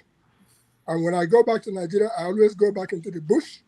I've been documenting herbs and everything else before we all cut them all up. So anything you are looking for in that regard, please do not hesitate to ask, either through Dr. Damages or directly. We will be able to provide you with whatever you need to make life easier for your research. Thank you so much. Thank you, sir. All right, thank you, Igbo Basics. Before we go to the next person, I have a few questions, one on my WhatsApp and one on the comments here. But let me clear one thing. Nobi, ChiChi is not from Nobi, but the sister is married to my uncle who is from Novi. And Novi is not, we may not have a dentist, but we're not desperate. Anyway, I'm just kidding. The point is that Novi is not, it's not too bad in Novi. That we Dr. Damages, that was a direct appeal. That was a direct appeal. Because I just got off the telephone with Chief Secretary Kurigumobe. Yeah. And the issue he presented me on the table again is that issue of the tooth problem. All right, don't help us. Don't Novi. I'm trying to protect the image of Novi. Okay. the question I got from the WhatsApp says, is it? It's about dental implants. This person wants to know. His name is Flagship. He wants to know: are they safe? They last long. Does she recommend them? And is it hygienic? Yes, dental implant is actually one of the best things that ever happened to us in dentistry, right? That's a way to replace missing tooth. The key thing is getting it done well. So a lot of times we try to cut corners and we implant and then they fail. So there's a tendency for them to fail. So it's a lot of money.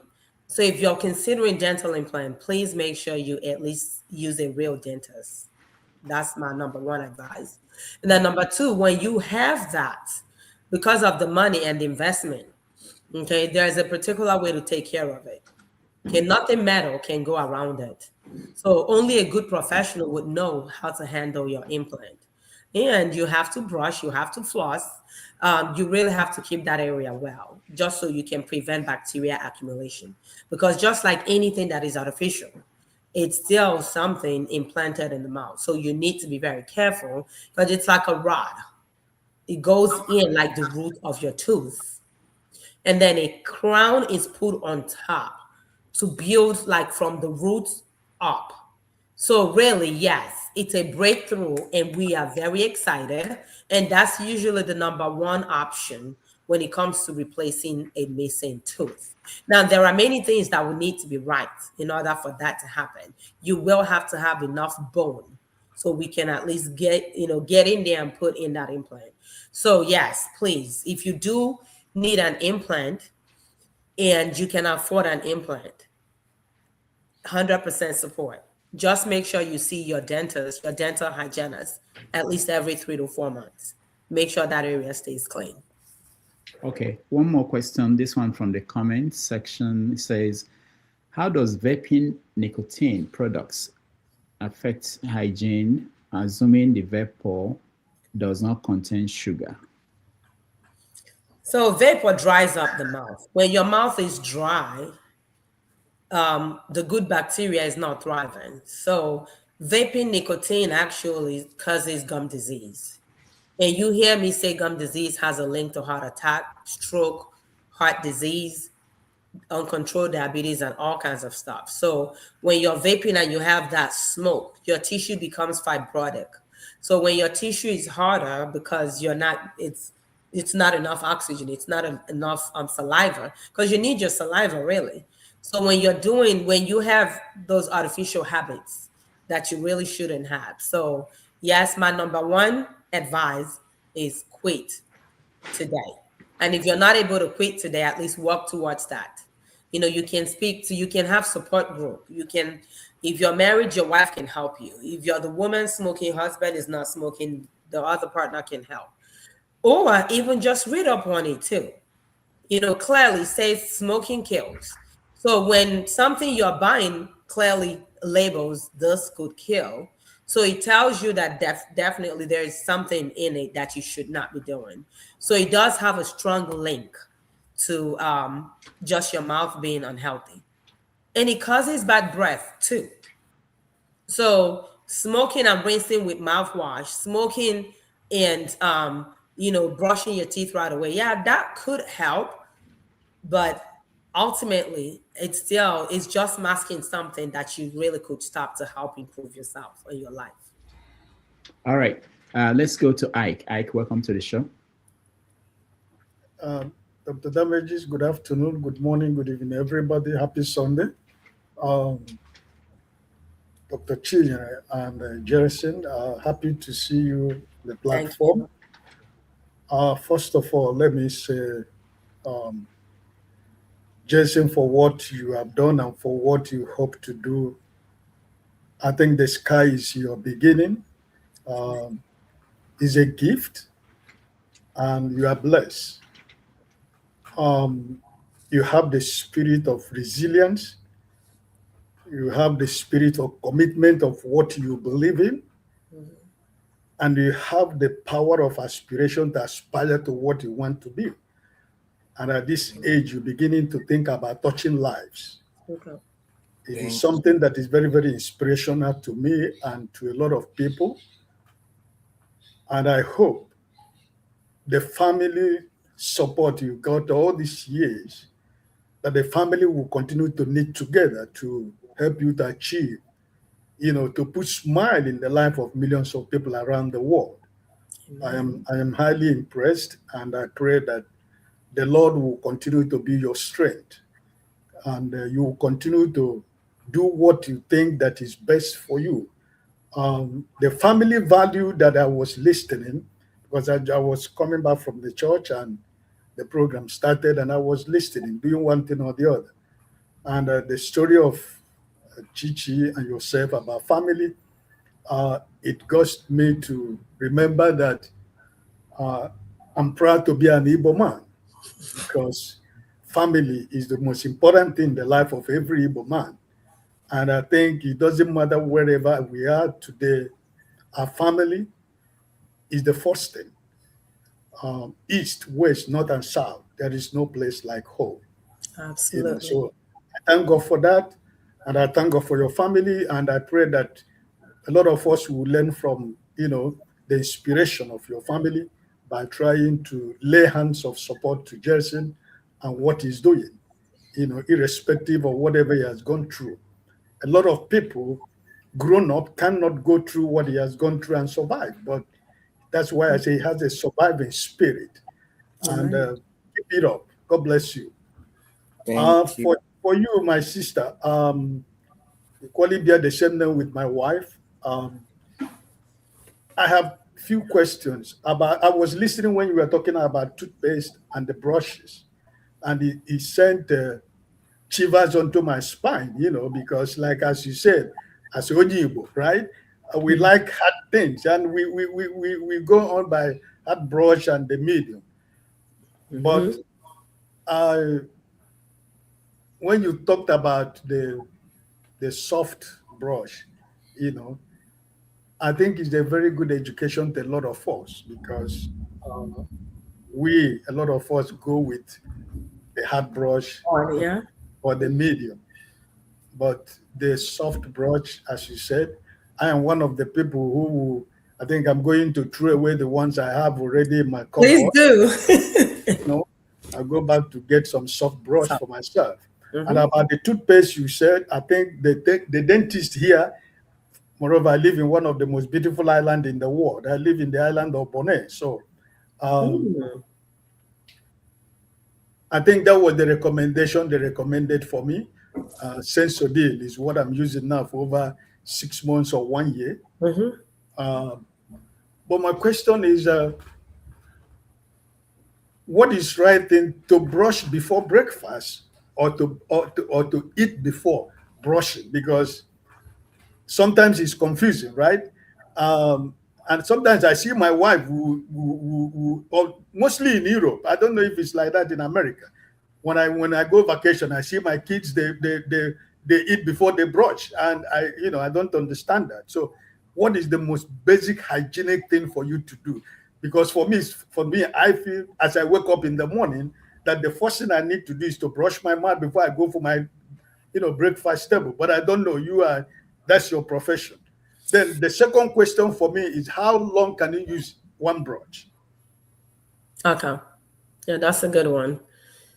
So we've kind of talked about soft bristle, and then we're going to toothpaste, right? We talked about, should we brush in the morning before food or after? Well, the normal culture is brush. You wake up, you brush, and then your day starts. You understand? So I would say you brush and your day starts, because a lot of people don't have time to eat breakfast, come back and brush. Really. So the normal order really should be brush, brush, shower, do whatever you do. And then the key thing is at nighttime, you brush again. So you should be brushing 2 times a day, at least 3 minutes every day, each time. And that's enough. That's really all you need. Okay, because you brush, you wake up in the morning, you have bad breath because you've had your mouth closed for a long time. So that's why you need a kill. You need to, neutralize that bacteria by brushing your teeth and rinsing properly and flossing. And then at nighttime before you go to bed, because you've had breakfast, lunch, and dinner, you can actually at that point brush before you go to bed, because you don't want to go to bed with all that food particles, still on your teeth or your tooth. Then the third part of your question was, what was it? Remind me. How long can you use a toothbrush? How long? Well, standard time is 6 months, or after a bad, terrible cold. Right? Like I just had a bad cold, and so the normal thing for me, because I had that cold, I was sneezing and all that stuff, I threw my toothbrush away and I got me a new one. So typically 6 months is enough. But then depending on how aggressive you are, if you're brushing too aggressively, then look at the bristles. If it's kind of smiling at you, it's all over the place, even without the 6 months, throw that away, because that means it's really not getting into all the corners well for you. So it could be after a bad cold, 6 months, or if it's really telling you, oh, it's time, change me, then it's time to change that brush. Okay, finally, one other question, Dr. Damages. I was listening to you when you were giving advice about, what we need to do. For example, when I came to the island first time, the insurance was covering dentists, but right now they don't. And I see a lot of family, because your area of work is very expensive, and a lot of family, not really, they don't want to do it, but when they look at the cost, they keep away from it. So what advice do you really give? Because like people back home, it's a difficult situation, right? Even where I live, it's not all the families that can afford dentists right now. A lot of people who don't go to dentists anymore, or they keep it a very long time because of the cost of going to the dentist. Or sometimes when you keep it so long, it costs you more also. So a person in such situation, what advice do you have for people in that situation? I don't know in America if insurance cover dentists. I don't know. So insurance, and that's actually a good question. That's a very, very good comment, because it's the same. It's same here in America, right? We don't have free medical. We don't have free dental, except maybe Medicaid, Medicare. A lot of dentists really don't accept Medicaid, for so many reasons. But I'll tell you the one thing that I have come to realize: people afford what they deem necessary. So if you put a value to something, if you tell yourself, I'm able to afford a dental visit at least once a year for my family, we can make that happen. We can begin to even, set funds apart and be like, this is actually $10 here, $10 here. Because at the end of the day, if you are going in for preventive visit, okay, it would not cost you that type of money. Another good thing is most dental practices would have in-house plans. Like the practice that I co-own with somebody, another dentist, that Washington Dental Care, we have in-house plan. We have payment options. So with that being said, even when you don't have insurance, we are able to still meet you at some point. And when you have insurance here is almost like a stipend. They don't cover like medical does, because people keep saying, oh, it's so expensive to go to the dentist, but it's really not. Because if you think about how much we pay when we go to regular medical practitioners, it's way more. It's just that medical insurances would cover more. And then when you think about what you're paying for your dental, it's usually like a little fraction of what you pay for medical. Like your dental might be like $50 a month. versus $500 for medical. So at the end of the day, you're not expecting dental to cover as much as medical because you're not paying them that type of money. So it would have to be a shift, mindset shift. Do we value dental visit as something that my family must do yearly? Our kids need cars when they turn 16 or 17 here in America, right? Somehow, no matter how difficult, we make it happen for them. So I honestly believe that if we actually develop a mindset of this is a value versus this is something that could happen, it would eventually become something that we can afford. And I'm not being insensitive to people's plight, but I've seen that happen where I did, like we worked it out to where you can give up that Coke every day. And then at the end of the year, how much are you saving from it? And you add that up, it adds up to something. So it's a value change. If we shift a little bit to like, this is something that I truly need, this is something that my wife needs, this is something my children would need, then we can make it happen. God bless you. Thank you. All right, thank you so much. We still have so much questions, but we're not going to take them anymore. What we're going to do now is take a break. When we come back, we get Jason and Dr. ChiChi to give us their final thoughts. We round up the show. So let's quickly take a break and we'll be right back. Thank you. Thank you.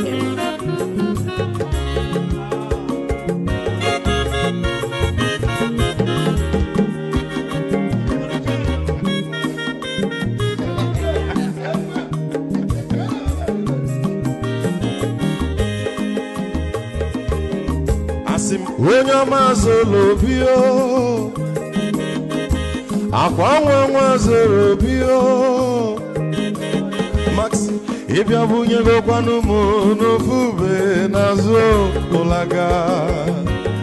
ụlaga n'ịbịa zugo, mmanwụ ụlaga do n'ịbịa zugo, akwa nwa ilochi o, biko rapụ zoro ka ọ nabazi ya. Onye ọma zoro biko, abọmma nwatara ndasari, ịbịa wunye n'ịgwana m ụlagado n'ịbịa zigo, mma ụlagado n'ịbịa zigo, abọmma nwa ilochilo, biko rapụ zoro ọ na-abazi ya. Mazi wekoma odogu no kwere zinaka, onyo mani gadele mo, mazi ni bazi kama, ibu go with melody.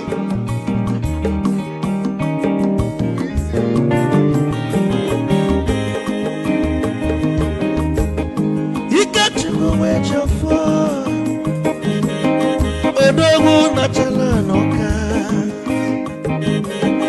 ezi nwanne m legadele mo, olagado n'ibia zigo noe, mma olagado n'ibia zigo, amama mwilo chilo, biko rapụ zoro anabazi, te onye ọma zoro ne. Sorry, if I were to go on a fool, Olaga, don't be a sugar, as a boy. Olaga, don't be a sugar. I'm a little chilo, because I put zero. I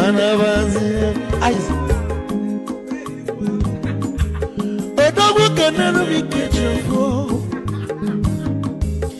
I'm a Nika Goga. Well, you work well.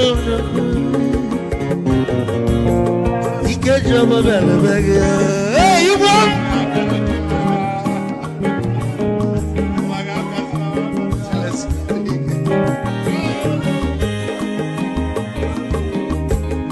Eku kampune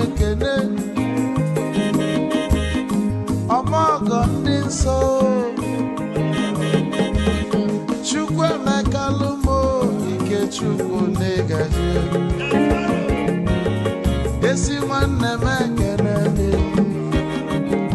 ịlapụlụ ife niile na-eme wee bịa ka gosili na anyị na gị bụ nwanne wisdom ga-adị ka nye gị maịkị ka ogobanya bụ egwu isili mmaksi ọ bụ na-etiri egwu a malụkwa malụ n'imego m ife ọjọọ wee sị gị nwanne m ife ọkụ na ịchọlụ na ngeme wisdom onume ekene gị gbamanwụ iyo iyo biko lapụ nabasị ya zoro zoro zoro zoro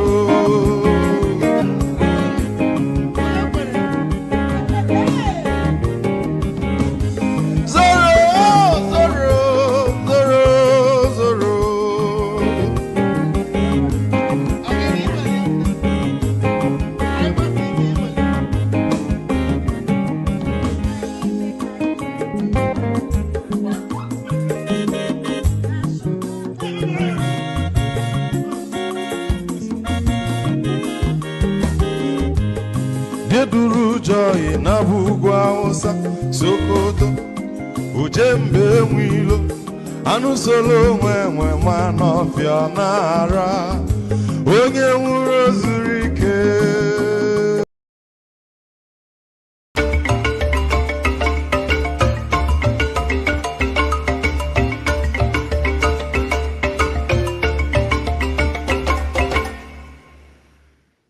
All right, welcome back, everybody. Where is the host? Welcome back, everybody. Thank you. What happened? Welcome back, everybody. Thank you so much for joining us, and it's been a wonderful day. Thank you, Dr. ChiChi, and thank you, Jason. I will let you guys give us your concluding thoughts. Maybe, ChiChi, when you are talking, it's this question I think may be important. I've never had that before. Something about microplastic from toothpaste, from toothbrush. I didn't know there is something like that. Maybe you can address that in your concluding thoughts. So okay. I'd like to know exactly what that means. But let's have Jason close out for us. Yeah. Jason, go ahead. Okay. Thank you, everyone, for your encouragement, and I hope you will buy my book on on Amazon, and please buy my book on Amazon for supporting, and have a good day. Thank you, Jason. Thank you so much. The book that put it up here is on Amazon. You can buy it. It's called My Life: A Story of Strength, Faith, and Family. All right, Dr. ChiChi. Okay, may I please have you read that question? I need to. Oh, the exact question. Yeah, I saw it in the comment section. Okay, let me see if I can quickly. Yeah, the comment. I need to know exactly what that is. If I can get it. It was something that crossed my mind when I saw that. Okay, yeah. This is a question. What of microplastics coming off toothbrushes? Oh, microplastics. Well, every product would have a cons and pros, right? And reputable companies. I personally don't use any type of toothbrush. I use electric toothbrush because that's actually the best option for you. But if you're using manual, I would make sure that you're getting ones, with better bristles, like because again, the microplastics would be from the bristles of the brush. And I've seen that because I have a sister who would never, she's like, I don't think I'm comfortable buying toothbrushes from Nigeria. And it's funny because she lives in Lagos. She doesn't really need a whole lot, but there are particular things she would always have you send to her.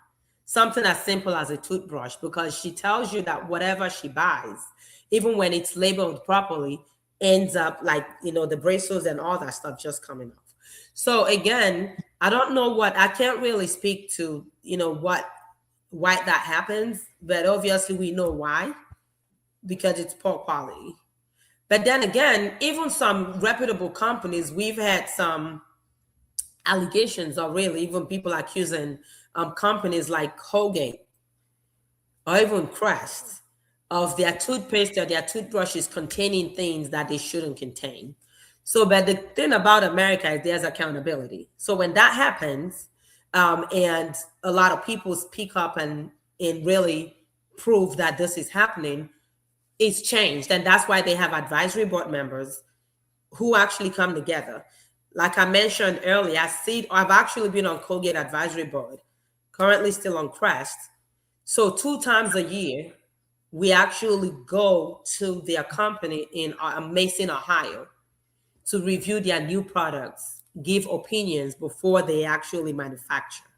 So these are things, they do put a lot of things into place before they sell, before they even send to FDA for approval, because they want professionals to taste, to feel, to critique, come back, ship back to us, hear the opinion, the feedback. And sometimes it's not even for me. I get it, and I have family members try. I'm like, hey, husband, what do you think about this? So whatever they tell me, because I might be too biased, so whatever they tell me from their perspective, I take it back to, okay, this is what I'm hearing, this is what I heard. Or I could even give to my patients as well, just to have a wide opinion. So yes, products are products. Some products are failures, some are, success. So if what you're using is not working, try something else. We have a lot of good products for sure out there. So your final thoughts. Well, final thoughts. I have nothing else to say but a big, giant thank you. Thank you, Dr. Damages. Yes, we're family. But then again, what you do, I can't even quantify that, because you're super committed. You're one person I know, you're so diligent. You're irrationally persistent. You just keep going. You just keep going. You just keep going. So thumbs up for that. And thanks for having me here. For everyone who is participated, the questions that came through, all super needed, super intelligent, super smart. So I'm highly honored to be in your midst today. And I'm one person that is super reachable. My YouTube, my Facebook, my Instagram, reach out to me. If you have any questions, I will try to answer your questions for you. Subscribe to my YouTube channel. That's the only thing you can actually do to help spread this message. Like I said, there's a wide gap, and we can. If each of you can at least subscribe and get 1 or 2 people to subscribe, share and like, I think we can go places. Not just within the Nigerian community, but the world globally. So do your part. Let me continue to do my part. Together we'll make this happen. Have a great week, everybody, and stay blessed. All right. Thank you, Dr. ChiChi. Thank you, Jason. ChiChi, we'll probably bring you back 6 months from now. And I think people have more questions. And sometimes we just talk about politics. Meanwhile, they have a toothache that they don't understand what to do about it. So we'll bring you back maybe in 6 months' time. And it would be my pleasure. So let me know when, and then we can plan around it. All right. Have a good day and a good week. All right. Stay blessed. Thank you so much. And everybody, thank you. We will take a break, and when we come back, we do our final feedback and continue with the after show, which KJ will host. KJ is here, and KJ will be able to take it from there.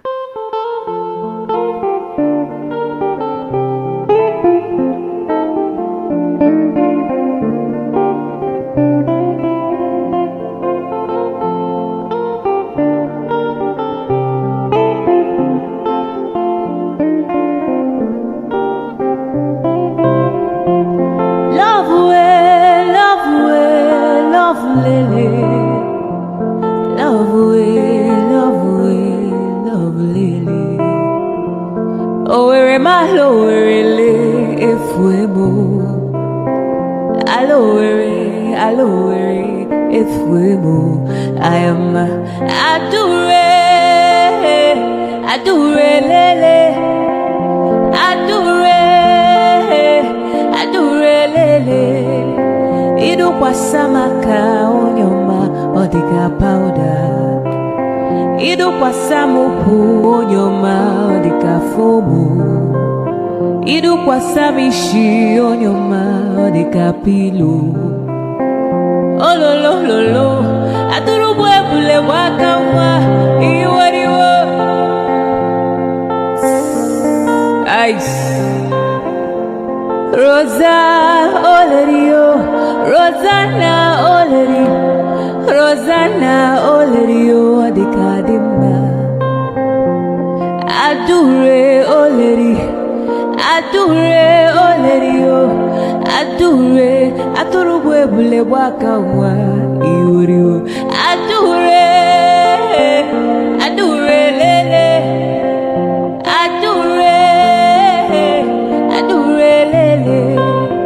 Idu kwa samaka onyoma odika powder. Idu kwa samuku onyoma odika fomu. Idu kwa samishi onyoma odika pilu. Ololololo, aturubwebule wakawa iwariwo.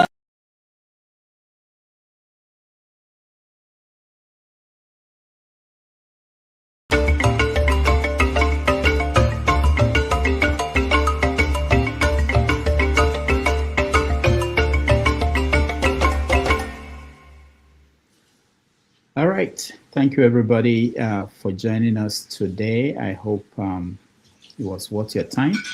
Next Sunday, we are also going to bring you another edition of 90 Minutes Africa.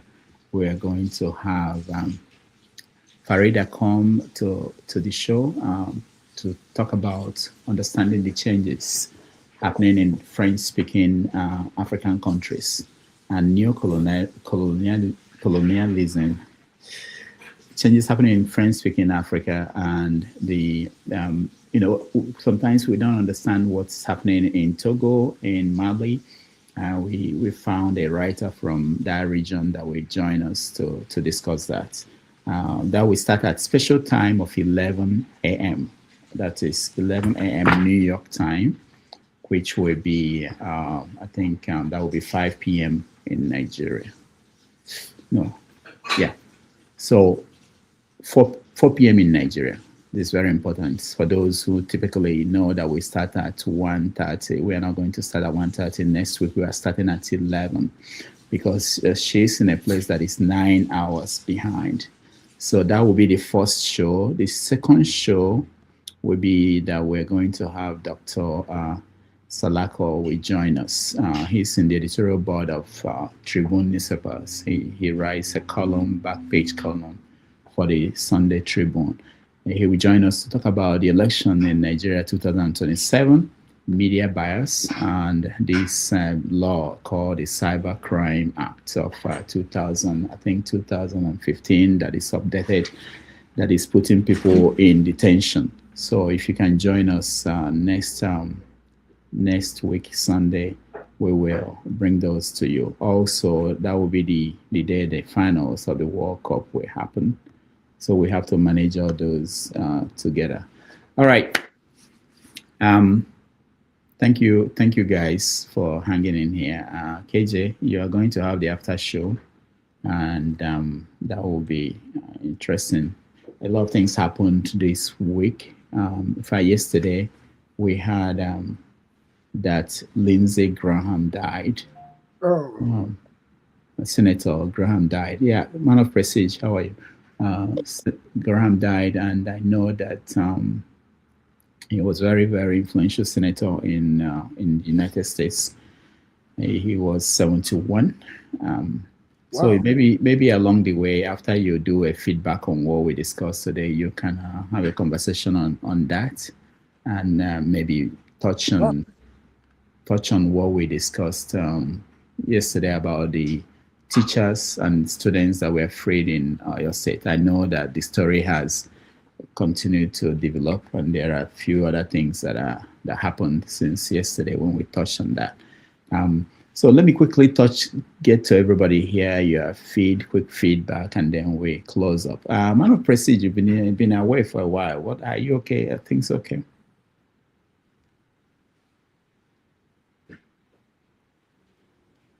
I've been, this is World Cup time, okay? And the time you talk about next week, it is not a good time, you know, because that's the final of the World Cup. I'm a soccer fanatic, so this is my period. Traveling all over, you know, where I can, you know, family watching this World Cup going on. So after the World Cup, I will become a regular back. So we on break this today. There's this 1 month. Yeah, there's no soccer today.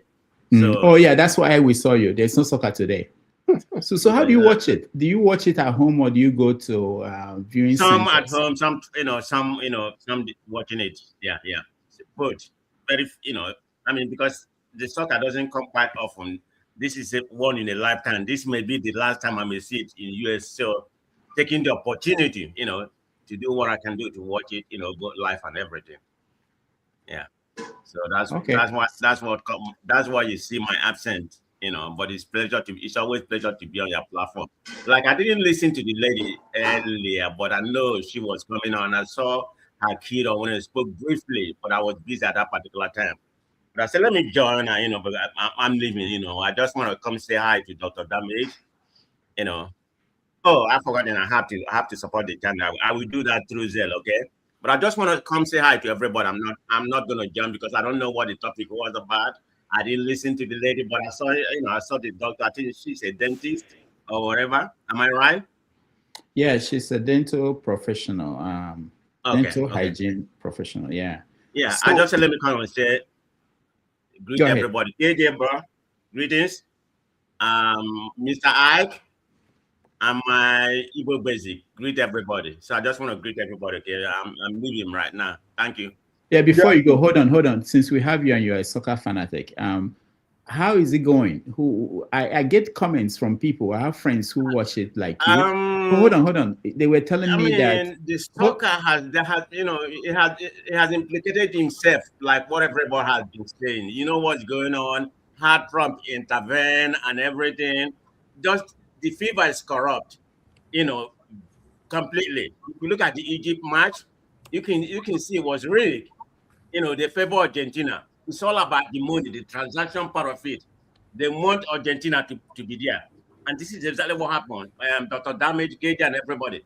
This is the first time in FIBA history that the top 4 team has made it to the final. If you look at the ranking, the team has qualified in the final. They ran from France to Spain, to Spain to England. What we have right now, all of them are in the top 4, and they qualify for the final to play the semi-final. That has never happened in football history. Whether it's rigged or by fortunate, nobody's know. But there's a lot of partiality in it. Or the one against South African country, they purify exactly what I'm talking about. If you watch the Egypt match, I mean, it was rigged to the, I mean, I'm not there. I don't have any kind of empirical part to back up what I'm saying, but everything can be coincident. I mean, the referee, what he did, he didn't give it the same thing to the Egypt, even when goal has already been scored. He went back to the foul that was already committed. I'm not saying that's wrong because that happened to Nigerian game. The game Nigeria played in the last World Cup. Nigeria scored, but they took the goal away. And no, not this one, the one that was playing in Ivory Coast. But having said that, they didn't give that to the same Egypt, So there's some partiality, what's actually going on in what we have right now. This is exactly what the FIFA want.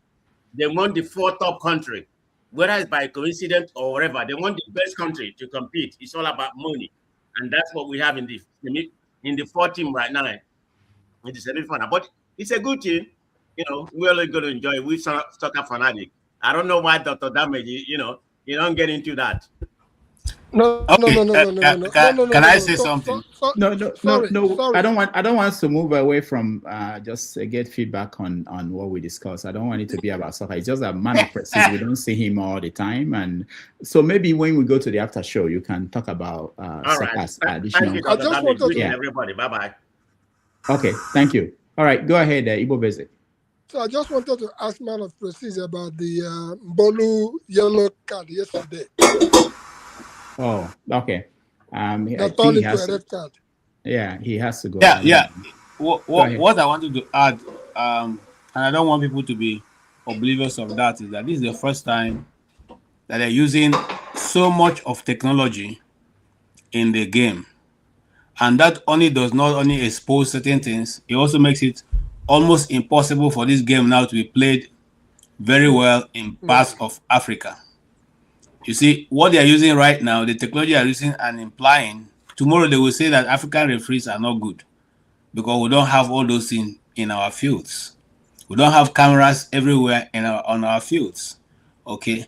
And then the issue of, partiality or otherwise, it's not the first time. There was a time a hand of God scored the final match. So this is nothing new. We have seen this many times, and just the same way we say we who are Christians say there's no system a man makes or invents that can always be perfect, be proof free from being able to be utilized to do some form of corruption. If you ask me, the FIFA is an organization. It needs to survive. It needs to survive. It needs to have money to pay his staff all around the world and pay the teams. Certain people may win and that money will not come out.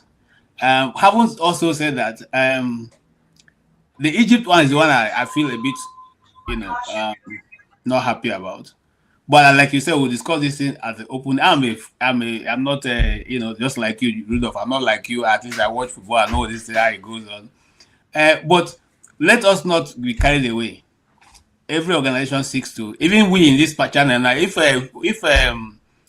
Igbo Basic can be paying us, help to sponsor the program, I will interview him every day. Now. I will not mind. Every day I'll be here to talk to Igbo Basic. That's how it happens. These are some things that we cannot avoid, especially if we're not picking the bills. Thank you. All right, thank you so much, KJ. Igbo Basic, you want to say something? Yeah, from your mouth to the ears of God, I wish and pray. For the Jason, the young man who has just my life and the direction he's going, I would like to further encourage him, but more so to tell him to look around his environment each and every time, because you never know who you are traveling with, even if it's on a bus, on a train, or in an airplane. I once traveled with Reverend T.L. Osborne. Osborne was the founder, chairman of Osborne Foundation, that's OSIFO International. I was on the same seat with him on a business class. I just didn't know the person that was sitting on my side is from Oklahoma. But he gave me his business card. He may be long gone or whatever. So what I'm pointing out to Jason is to take nothing for granted, and the direction you are going, keep going that direction, but follow up, follow up, follow up. Because each time we meet people, we don't know who they are until maybe a few years later we say, oh, the person I was just sitting down there in an airplane with was Jesus Christ. But as at the point in time we're seeing it, we don't know who we are working with. And for ChiChi, I'm particularly proud of the work that she is doing and the direction that she's taking in doing this work. And I will also always extend to, even around you, never hesitate to ask questions, because the things that I did not ask our matriarchs or patriarchs, the ones that have gone, I am saying to the young ones now and to our viewers out there, ask these questions, because some of us who know the difference from Ogwugwa to Ogweze and what is happening in the modern world of chemicals and everything else. And that's why I brought out the issue of, I don't even recall the last time, this first time I used toothbrush, being from an old generation. Those things that our forefathers and our forebearers were using and it was working for them. Please ask questions now.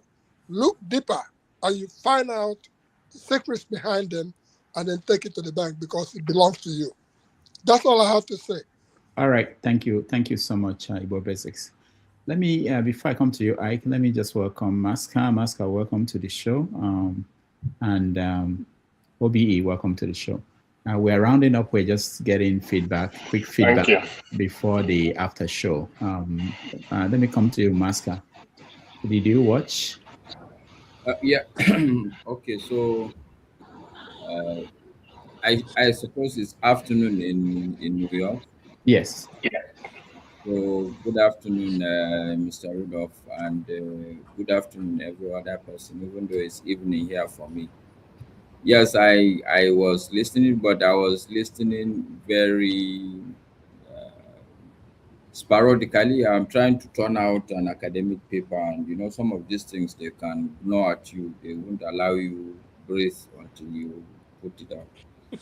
So, but I was listening, and at some point I have to stop and pay attention because I could relate to the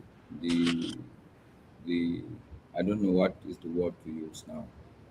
The story for me is more than just the boy's story. In fact, the bigger part of the story for me is the mother, Yeah. because being a parent to a challenged kid, I don't have any challenged kid, but to be honest with you, if there's anything, look, I know it's going to be very difficult and very complicated, but I could see the resilience in her.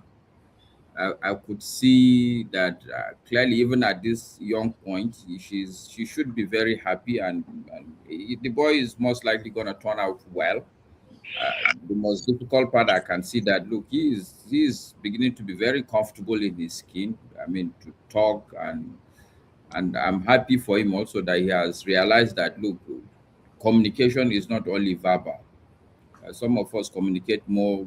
I have a daughter who she would rather go and write me a letter than come and sit with me, and she tends to get her way more often than those that would come and think that they can, because she would write carefully, anticipate all the questions you will ask, answer it, and when she send it to you, you don't know what to tell her because she has cornered you completely. So I'm happy for the boy. I'm proud of the mother, and I think she should also be very proud of herself. So not just the story of the mother also, but for me it's a refreshing program, honestly speaking, because it's a reminder of our humanity. I was touched, honestly touched, when you start talking about the fact that you stayed with these people. And I know this is the life I've lived. Most of before, when I was young, there's a lot of people that I used to think that were related to them, that they were relations because of the way they took me in. It's only way down later that I realized that there's nothing between me and these people. They are just simply good people. You will even never know that you are not related. So I really, it resonated very well with me. And just like Jason, I was very, very close to my grandmother. Everybody knows it. If there's anything that is striking about me, it's my grandmother. When I was working, from the first day I started working till the last day I retired, on my desk is always a picture of my grandmother. So it's a refreshing program for me. It reminded us of our humanity, not just that people are good, but even the circumstance the kid finds himself. It's a big reminder that this is our humanity. When you say you are human, that's what it means. That nothing is really up to you. Whatever it is that you find yourself doing or enjoying, which a lot of it we take for granted. The truth is that my mother has a saying that I always admire. She said, "Tsayawa samun dama, tafiya samun dama, tsayawa samun dama." That going is by chance, stopping is by chance. The bottom line is that whatever you do is simply because somehow the universe gave you the chance. and that chance can always be taken away, whatever, no matter how little it is. So really, it was very profound for me. I admired the show. Unfortunately, like I said, I couldn't listen completely, but I was listening in snippets, in bits and pieces. Once again, well done, Mr. Rudolph. Thank you. We appreciate the work you put into to bring all these things to us. Thank you, Mr. Rudolph. But before I go, also, one cannot avoid small controversy. Why is this guy? He has gone. This man of prestige that is pretending to be a football fan that doesn't know anything about footballer. Yes, we are authorities in football. I have not seen anything wrong. People are just running their mouth. This is a tournament. This tournament, yes, this is how a tournament always is. Every tournament there's always a talking point. In fact, I remember. Which tournament was it that we were beating Italy 1-0 until towards the very end? I can't remember. I know it was before France 98. I think it was something 94 was played where? In America. I was there.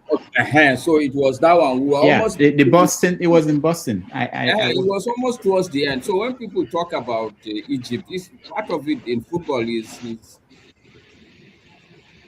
that was over 30 years ago now. Oh my God! Some of us are old people. 94.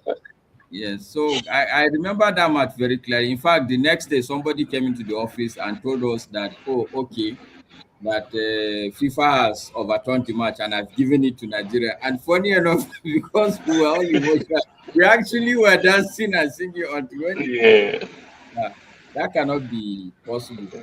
But I don't think that there's any problem with the tournament. And for KJ that was saying that this is the first time they are using technology matches. No, it's because you are not a football fan. Some of us have always been battling with this VAR, but I've come to terms with it. I think it's just fair. Egypt should have won because you can't be winning a match 2-0 for 82 minutes. There's no way, no matter how much, if they wanted to do partial, what referee will not do the partial for 80 minutes? You want to put himself for the remaining 8 minutes. 8 minutes. It doesn't follow.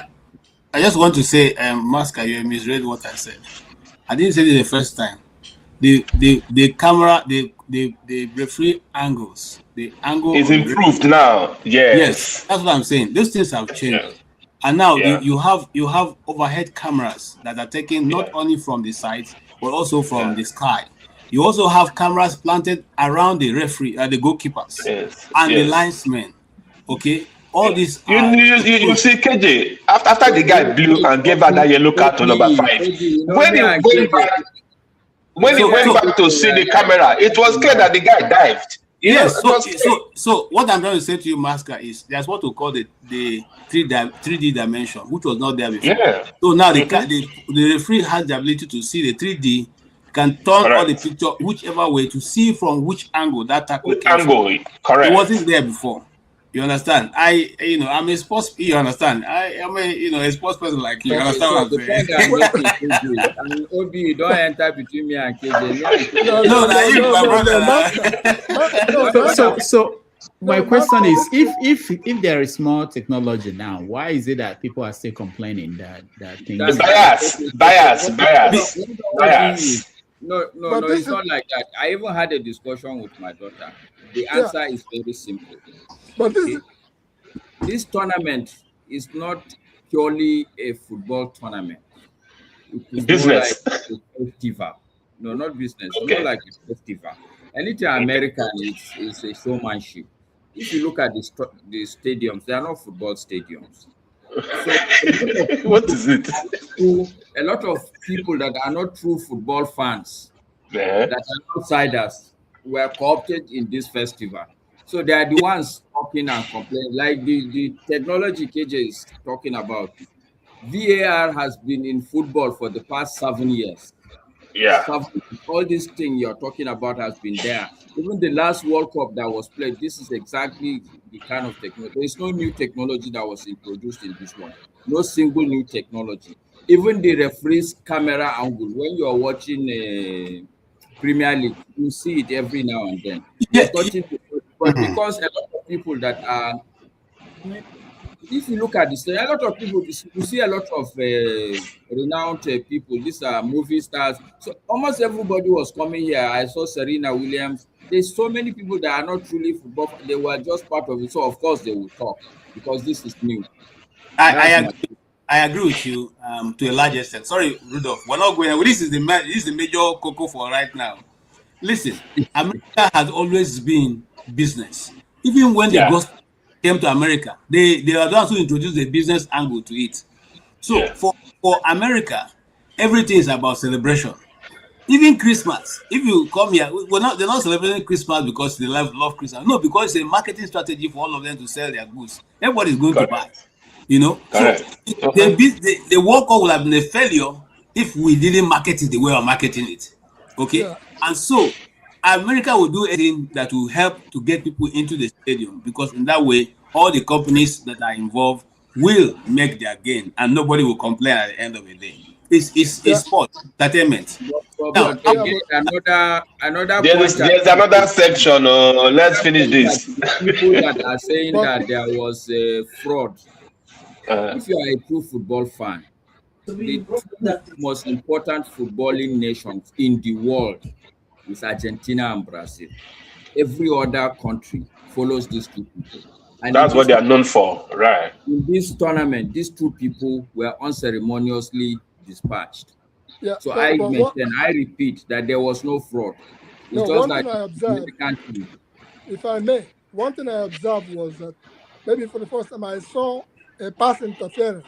What I witnessed was a combination of hockey, American football, and soccer in terms of the makeup of the audience and stuff like that. Yeah. I saw a referee even blow a pass interference because the referee himself, the ball has hit the referee. So the referee called it as a pass interference. And I also saw the camera also became an interference to a ball that was hit up in the air, and it came back down, and those people use it and go to score. But the only thing I would say that I looked very closely at was the one that you're talking about, the diving, that was in Bolo of Switzerland. The gentleman yesterday, when they had given a yellow card to the other guy, and they turned around to reverse it, they should have not given that yellow card to Bolo, which cost him a red card, which ended up having to play 10-man against 11 until the end. That may have been a part of why they lost. All right. All in all, it's American business. Igbo Basics. Please send the link. Igbo Basics. There will be time to discuss this when we go to the next stream. Obi, let me just hear a quick take from you. Thank you, Jerry, Rudolph, and Uncle Ike, Papa there. Igbo Basis. This time, Igbo Basis on ground. I know I must hear about Zebediah. That's my fan. Masca and KJ, thank you so much for your time. I just had to hop in. I said I couldn't come in since anyway. I was driving at one point and I was listening, and I got all the gist. You know, people like us on the fifth floor. When we hear these things, you know, I came to America first before I knew that they watched it. That the dentist watched it. In America, I heard it first.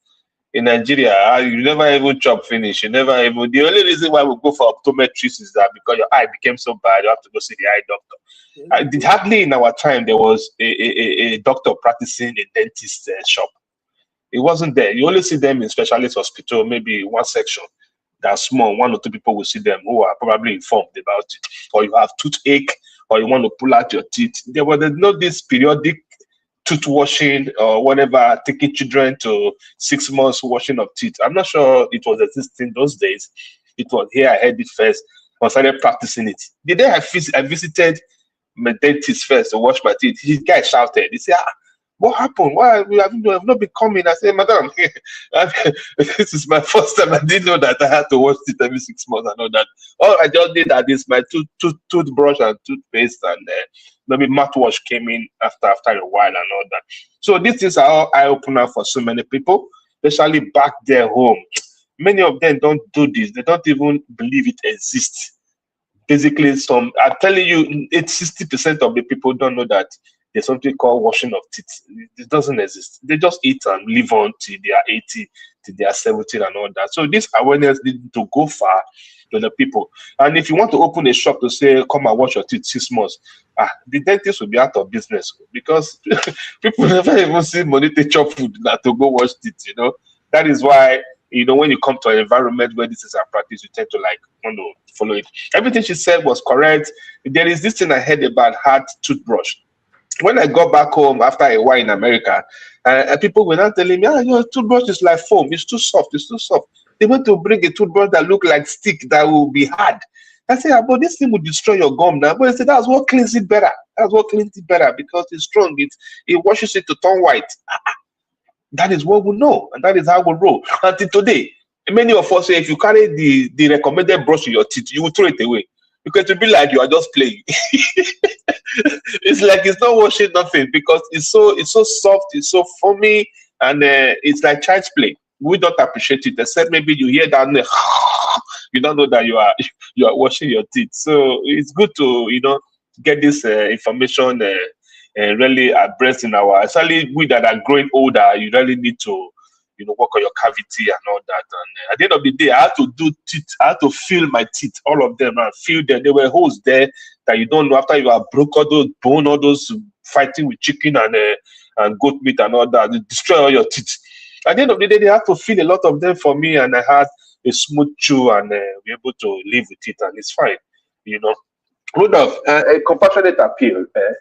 Yesterday, as soon as you announced have your say, I knew that that guy is going to show. What's his name? One man, whatever his name is going to show, because when situation happen within the week that brings about situation, he will appear. Since there has been fake what do you call it? Fake PFI, whatever. Did you see him appear to come and condemn it? He didn't come. But as soon as he saw that the people came back, that they said they rescue, or he heard that a camera was shot out that will be parking in parking lot and all those things, he appeared to come and attack us. I want to appeal. In every 2 months that he do, and every the $20, I'll make it short of. Hold on. Obi. I don't know where the noise is coming from. I'm not sure. Maybe it's from you. I think it's in my AirPod. Okay, yeah. Can you hear me now? Okay, yeah. Go ahead. Yeah, I said for every £2 he thinks he brings here, can we measure it up with $20 so that he keep quiet and we don't make him talk again? Please, because he really made some people very infuriated yesterday. It was too much for us to bear because he come in here to insult you, insult me, insult Maska, insult KJ, insult everybody. The way he goes around it, and he's been doing it consistently, time without time, and we're getting very embarrassed with this. I'm telling you the feedback I'm getting, because each time he comes here, either something has happened, is coming to blast you, calling it an Igbo thing, calling it whatever name he calls it, very parochial kind of thinking. But it embarrasses people like us and people like you who has worked around the clock to set this up. And it's coming to make you look like you're doing a child play, or you are being sentimental, or you are doing a poetic thing here. I'm not an Igbo man, I'm a big man. Do I need to be an Igbo to understand that Rudolph is doing things that are beyond ethnic narration or narrative? The guy is just too much. I felt so offended. I couldn't come in to really talk. I thank God for the way what's his name, the guy in UK blasted him and did make sure that he doesn't talk, or doesn't have his way. So please, Rudolph, if it is his $2 that is his problem, I will measure it up with $20 so that he cannot talk here again. All right? All right. Thank you. Thank you, Obi. Hi.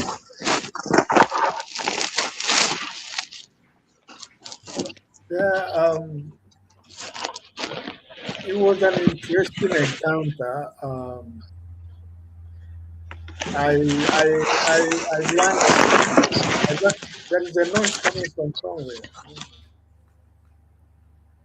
Go ahead, Ike. I'll fix it. I also learned something for myself,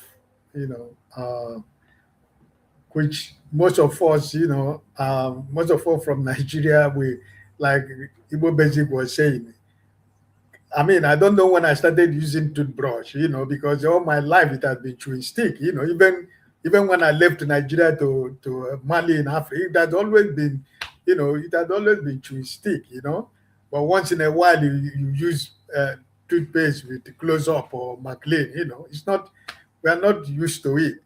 So, and, as time goes on, we begin to understand so many things, and age begin to tell on us, and because of so many things we eat today, genetically modified, generated things we eat today, we are not even safe anywhere. So, but it's just the grace of God that we are still, most of us are still healthy. I'm thanking God for giving us a good life. So, but the one I fight every night with my wife is that, I've been trying to know how to do it, but it's been difficult for me brushing in the night. This woman will push me into the bathroom for me to brush in the night because, but I'm not used to it. So I mean, I'm still struggling with that, But she did mention that also here tonight, that you brush in the morning and you try to brush in the night. And finally, I think my dentist finally they recommended the electric toothbrush. That is what I've been using for over 3 years now, 2 years now. But sometimes, sometimes I try to use toothbrush also. So it's not, I don't use it all the time, but my toothbrush is, hard. But now she said it, like as I said when I was talking to her, tomorrow I'm going to buy soft brush because I have the electric, toothbrush, So it was a nice conversation, and because a lot of people, not that they don't want to take care of their mouth or their teeth or their gum, but because of the cost. Like I had when she was saying somebody they bill is, the person was saying that this is the price of this is the price of Camry car, It's, as an Igbo man, we always look at something else, But I think in reality, I mean, if your mouth of your gums or your teeth is having a problem, I don't think you'll be comfortable with any, doesn't matter how rich you are. So I think, maybe we have to develop that mindset that we have to try to, take care of our gums and our teeth and our mouth, stuff like that, so that we don't see it as something that is too expensive. Because why I brought out here is that most of the families here in this island now, years back, we were having insurance cover you for dentists, but right now they don't cover you. You have to pay for your dentist. So a lot of people shy away, run away from it, and when they get too worst, they have to go to Colombia for that teeth plant you were telling her, and which costs more. So I think for me personally, the best thing is try as much as possible, like as she said, save $5 somewhere that you don't want to see that $5. For every 6 months, 3 months, 1 year, go to your dentist and check yourself up. Like my last checkup, they clean one side and they say I have to come back to clean the other side. So I'm trying to go on a vacation. So before I go, I need to go clean the other side so that, whatever I'm going to eat throughout the whole time, I know that at least I try to be safe for myself. And for the son, is a very inspiring story. People who have, challenged children. It is a very hard work, very difficult, but it's a blessing. That this boy has been able to overcome and want to do what a lot of able-bodied men, women cannot be able to do. So, I thank God for his life, and as many family that has, physically challenged children, it's tough, it's difficult, but I know that the life of Jason and a lot of them who has, been able to put smile in the life of a lot of people despite their, disadvantages, will encourage a lot of us to know that in every child there is a reason and purpose that God has, made that person to live, and it's for we parents and guardians to be able to give them every necessary support to make sure that whatever that God has implanted in their life is realized for the use of mankind. So it was a very good conversation, and I really enjoyed my time with the lady. Thank you, Dr. Damages.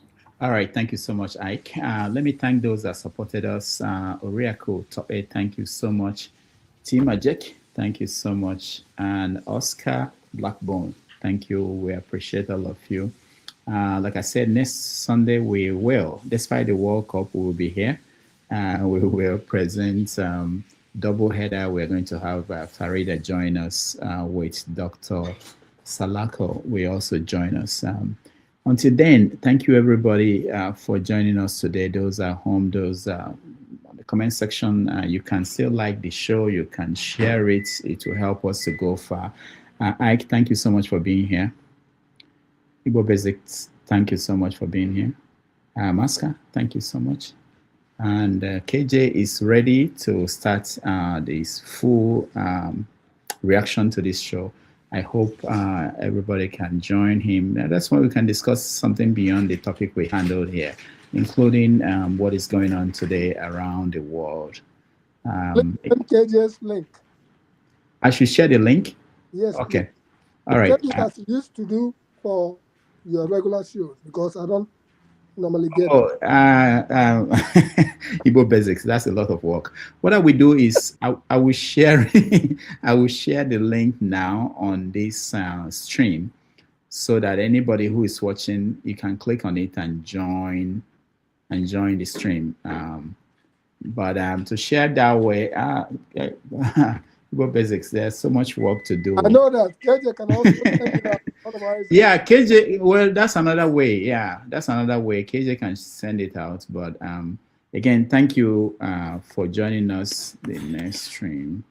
And again, I will be back this time next week.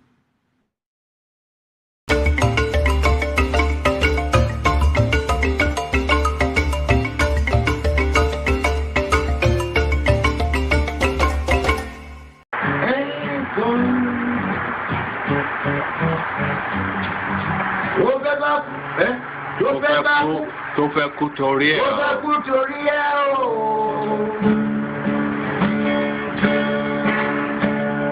Ọwọ́ ẹni ló ti ṣàánú kọ́. Ayé la bá, ayé la fi sílẹ̀ sí. Rònà èyí yóò.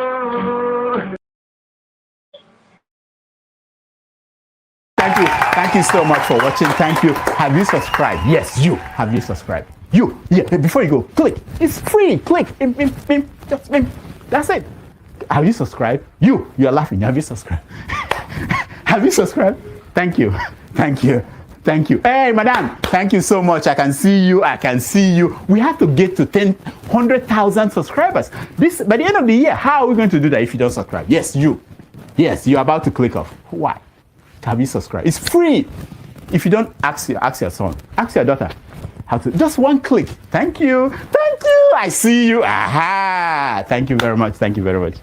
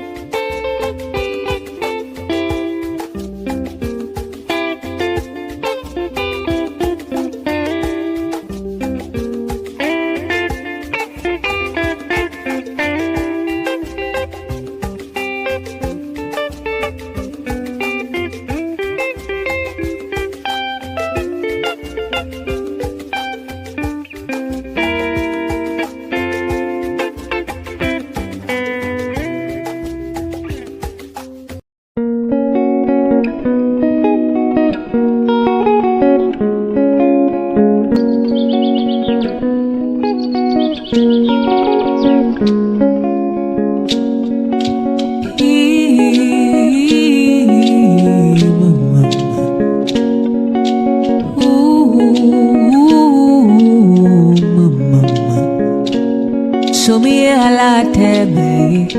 So me picky go ite me. Or I'm here a lot me.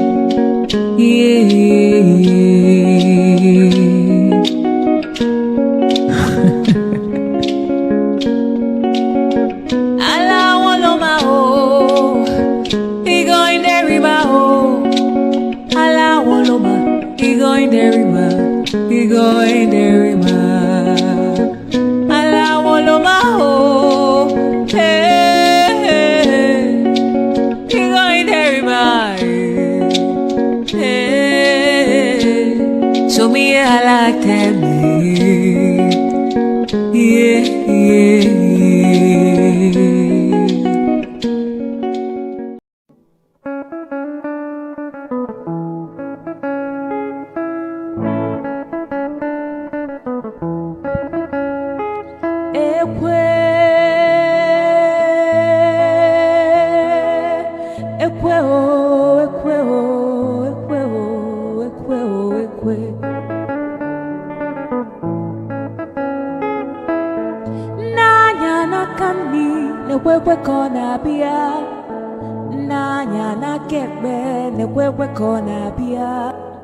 Ebemjelu ekweje gwanu mi femgeme Omo abatanu gwanu mi femgeme Ejimgugwo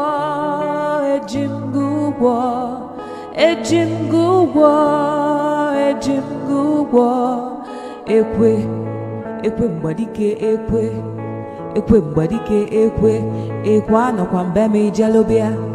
anọkwa mbeme ijelobia iwe bụ akpa ego ebia iwe dọkwasị m n'ụkwụ iwe na-ayọ m wee jụ iwe na-ebe akwa ị na-ebe akwa onye na-eti gị ekwe mgbadike ekwe onye ibe m na-ewe iwe nya biko wee gbuo ya ọsụkọsụ nwamkpi nya biko sugbuo ya onye ibe m na-ewe iwe nya biko wee gbuo ya ọsụkọsụ nwamkpi nya biko sugbuo ya selense